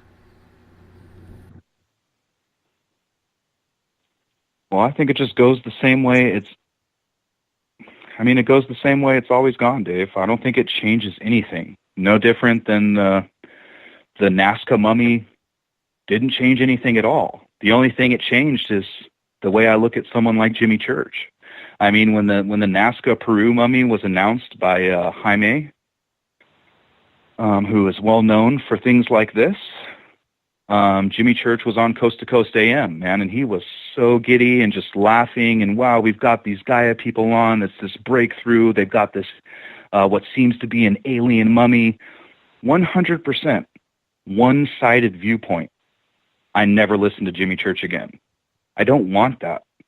I mean, when I tune in to you, Dave, like, I love it because you challenge what's going on or what's being said. There's at least like the other point of view being represented.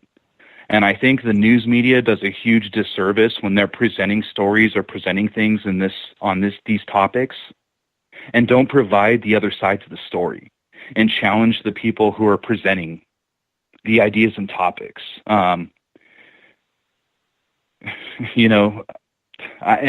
only bring this, we'll skip the political stories, but I just think it's important that there's all points of views represented from the media we're choosing. So, and that's why UFO Seekers chooses Spaced Out Radio as our partner, because that's what we've seen here is that opposing points of view, We only got about 10 minutes left with you tonight. And do you think this movement from Tom DeLonge and this entire representative body of the To the Stars Academy had any type of effect on UFOs worldwide? Yes, Nick Pope is from the UK, so we know this story hit the UK, but have you looked at other countries as to what the reaction from other countries' UFO researchers were saying as well? No, and I didn't see any at all. In fact, we weren't getting any trending news stories delivered to us from overseas. The only places we've seen the releases was through George Knapp at Las Vegas 8, and then it came through on Las Vegas 5, which Las Vegas 5, they're good friends with George Knapp. Don't ask how I know that, but I do. And then after that, that's when it started rolling. But we saw it in the Daily Express, which is a tabloid journal. And then we saw it in Rolling Stone, which was kind of a questionable, they weren't full on. And then if anybody wants to go read, there's Engadget. Engadget.com, I believe it is, has a great article on it, which is actually objective. And they're very skeptical. And they understand that it was a business, and I could tell that the writer actually did his homework and learned that it was a company that was issuing stock. So there was financial investments involved, so someone should do financial research.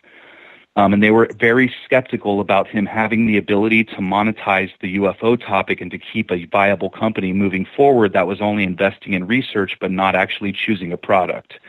So I think it's important for everybody to know that you can go through the SEC filings and find that there's not one product that's ready for release. There's not one program that's been chosen in this aerial phenomenon or propulsion for them to research. If $5 million comes in the SEC filings, you can tell $1.8 million goes to salaries, $400,000 goes to pay back our top dogs, over $1 million goes to pay for all his music releases, book releases, and other releases that are coming out this year and next year. And then the rest of the money would be used for them to debate and brainstorm about what they were going to do. And so, you know, that's the amount of money that's left. And they don't even have any of these things picked out. So remember, when we're investing in someone like a Boeing or a Lockheed Martin, they actually have engineers who have created CAD drawings and other things like that, and they've actually got ideas, they've won contracts, and they receive funding to produce the products. So I think anybody who thinks that a company can take in $1 million and develop space propulsion that's going to take us outside of the universe, I just have a hard time believing it. You know, maybe if he had $1 trillion, then I'd be on board 100%. If he had like $1 trillion, hey, no doubts he'd be able to build something. Maybe $1 billion, maybe, but I would say you need at least like $10 to $40 billion if you want to try to build anything viable. I mean, Virgin Galactic, Richard Branson, that's 45 minutes from us here, Dave. We saw the White Knight 2. I have pictures of the White Knight 2 flying the other day. They do the test flights right above our house, bro. I have the pictures of it. These projects and these people like Richard Branson have so much money, it's endless to dump into these projects. The other one is Paul Allen, who has the Strato launch here. Paul Allen is the co-founder of Microsoft. Elon Musk, the founder of PayPal. I mean, that guy has more money than God. He has the Gigabyte company. They make the batteries. Like, this guy is a genius. I mean, an absolute genius, but has the money to pay for it. And that's what I think people should be investing in. I mean, if I was going to invest in a company that was going to go to space, I'd have all my money into SpaceX, that's for sure.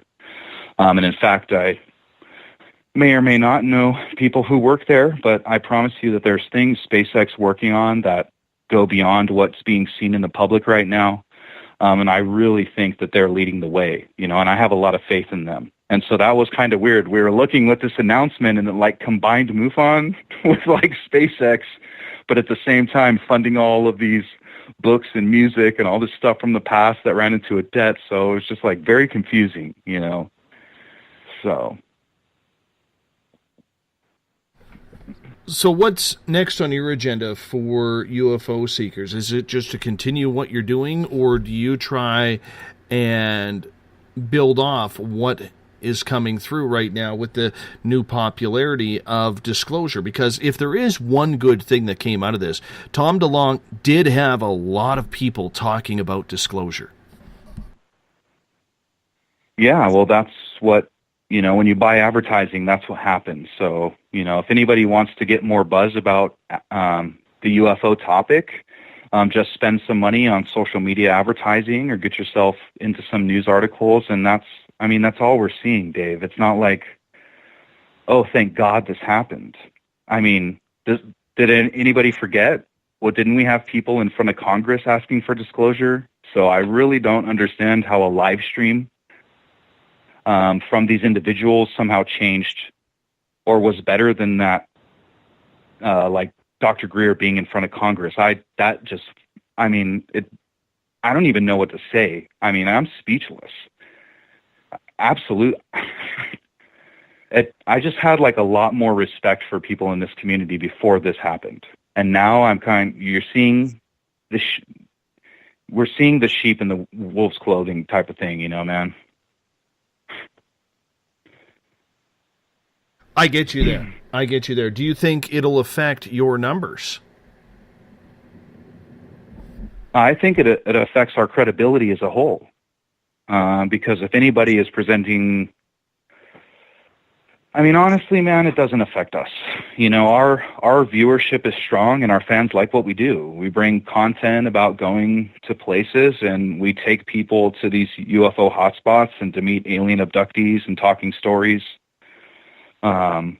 You know, we have like an online store where we sell like UFO seekers hats and Area 51 stuff. It doesn't affect us at all. I mean, we seem to be on a continuous growth path, but that has nothing to do, that has no more to do with anything but us bringing content that people like, and engaging people, you know. That's it. So I don't think anybody could just come along and do what has happened and have any effect on us. In fact, if anything, it helped us have more credibility as truth tellers in a very confusing community where no one knows who's with who or who's promoting who, why, you know. I would remind people, Jimmy Church has never even acknowledged our existence. Never once. He won't even talk to us. So it seems like employees of a certain company that's out there have like this ignore them thing going on. Like I said, like the Great Wall of China.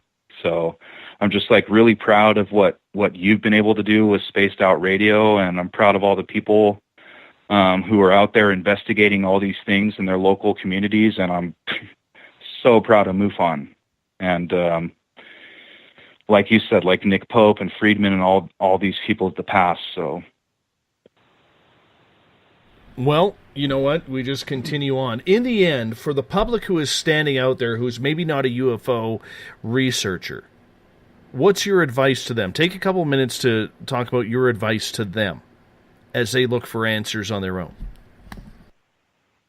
Are we just talking about like someone new coming into UFOs? Or? Well, there's a lot of people out there who maybe have had an experience and they've heard people talk and they've heard this, they've heard the mundane stories and lectures and they've seen the people pulling the wool over others' eyes. You know, what do you tell the average person who maybe wants to believe because they've never seen anything or has had that experience but is maybe losing faith in the field? Well, I think it's like very demeaning to the topic to try to guess what everyone is experiencing. You know, these things that people see and the stories that we read in religious texts. I mean, who's not to say that what we're seeing is like angels or beings or, you know, our creators who are monitoring us, or shoot, aliens that are visiting us like a zoo. So I think it's, you know, very demeaning to what could be the possibilities. And so I don't let, you know, I wouldn't let celebrities or even someone like a UFO seekers have control of the way you think and what's going on out there, and draw off the personal experience because you're the one who was lucky enough to have that. And for any of, I have never met a skeptic who had an experience, you know, and so I feel that when any of us has an experience, whether it's UFO and hey, maybe ghost, I mean, I've had a ghost experience myself, which has helped me in this journey, you know, to have that open mind.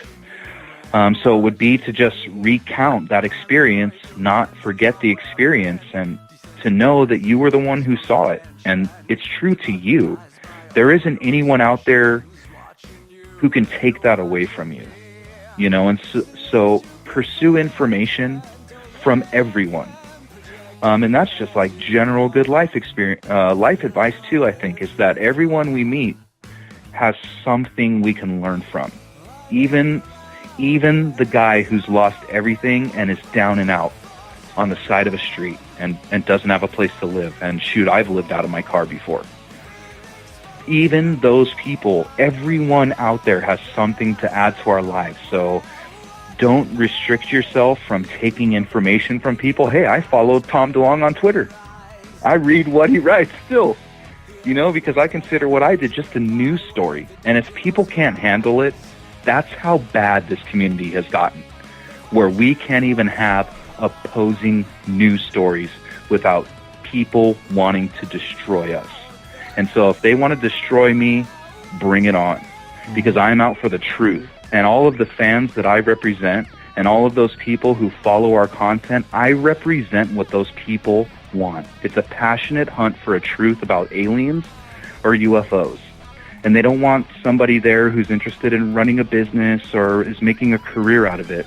They're looking for someone to attach to that's going to deliver them it without sugarcoating. So, Tim, I got to cut you off right there. Tim Doyle, UFOseekers.com is the website.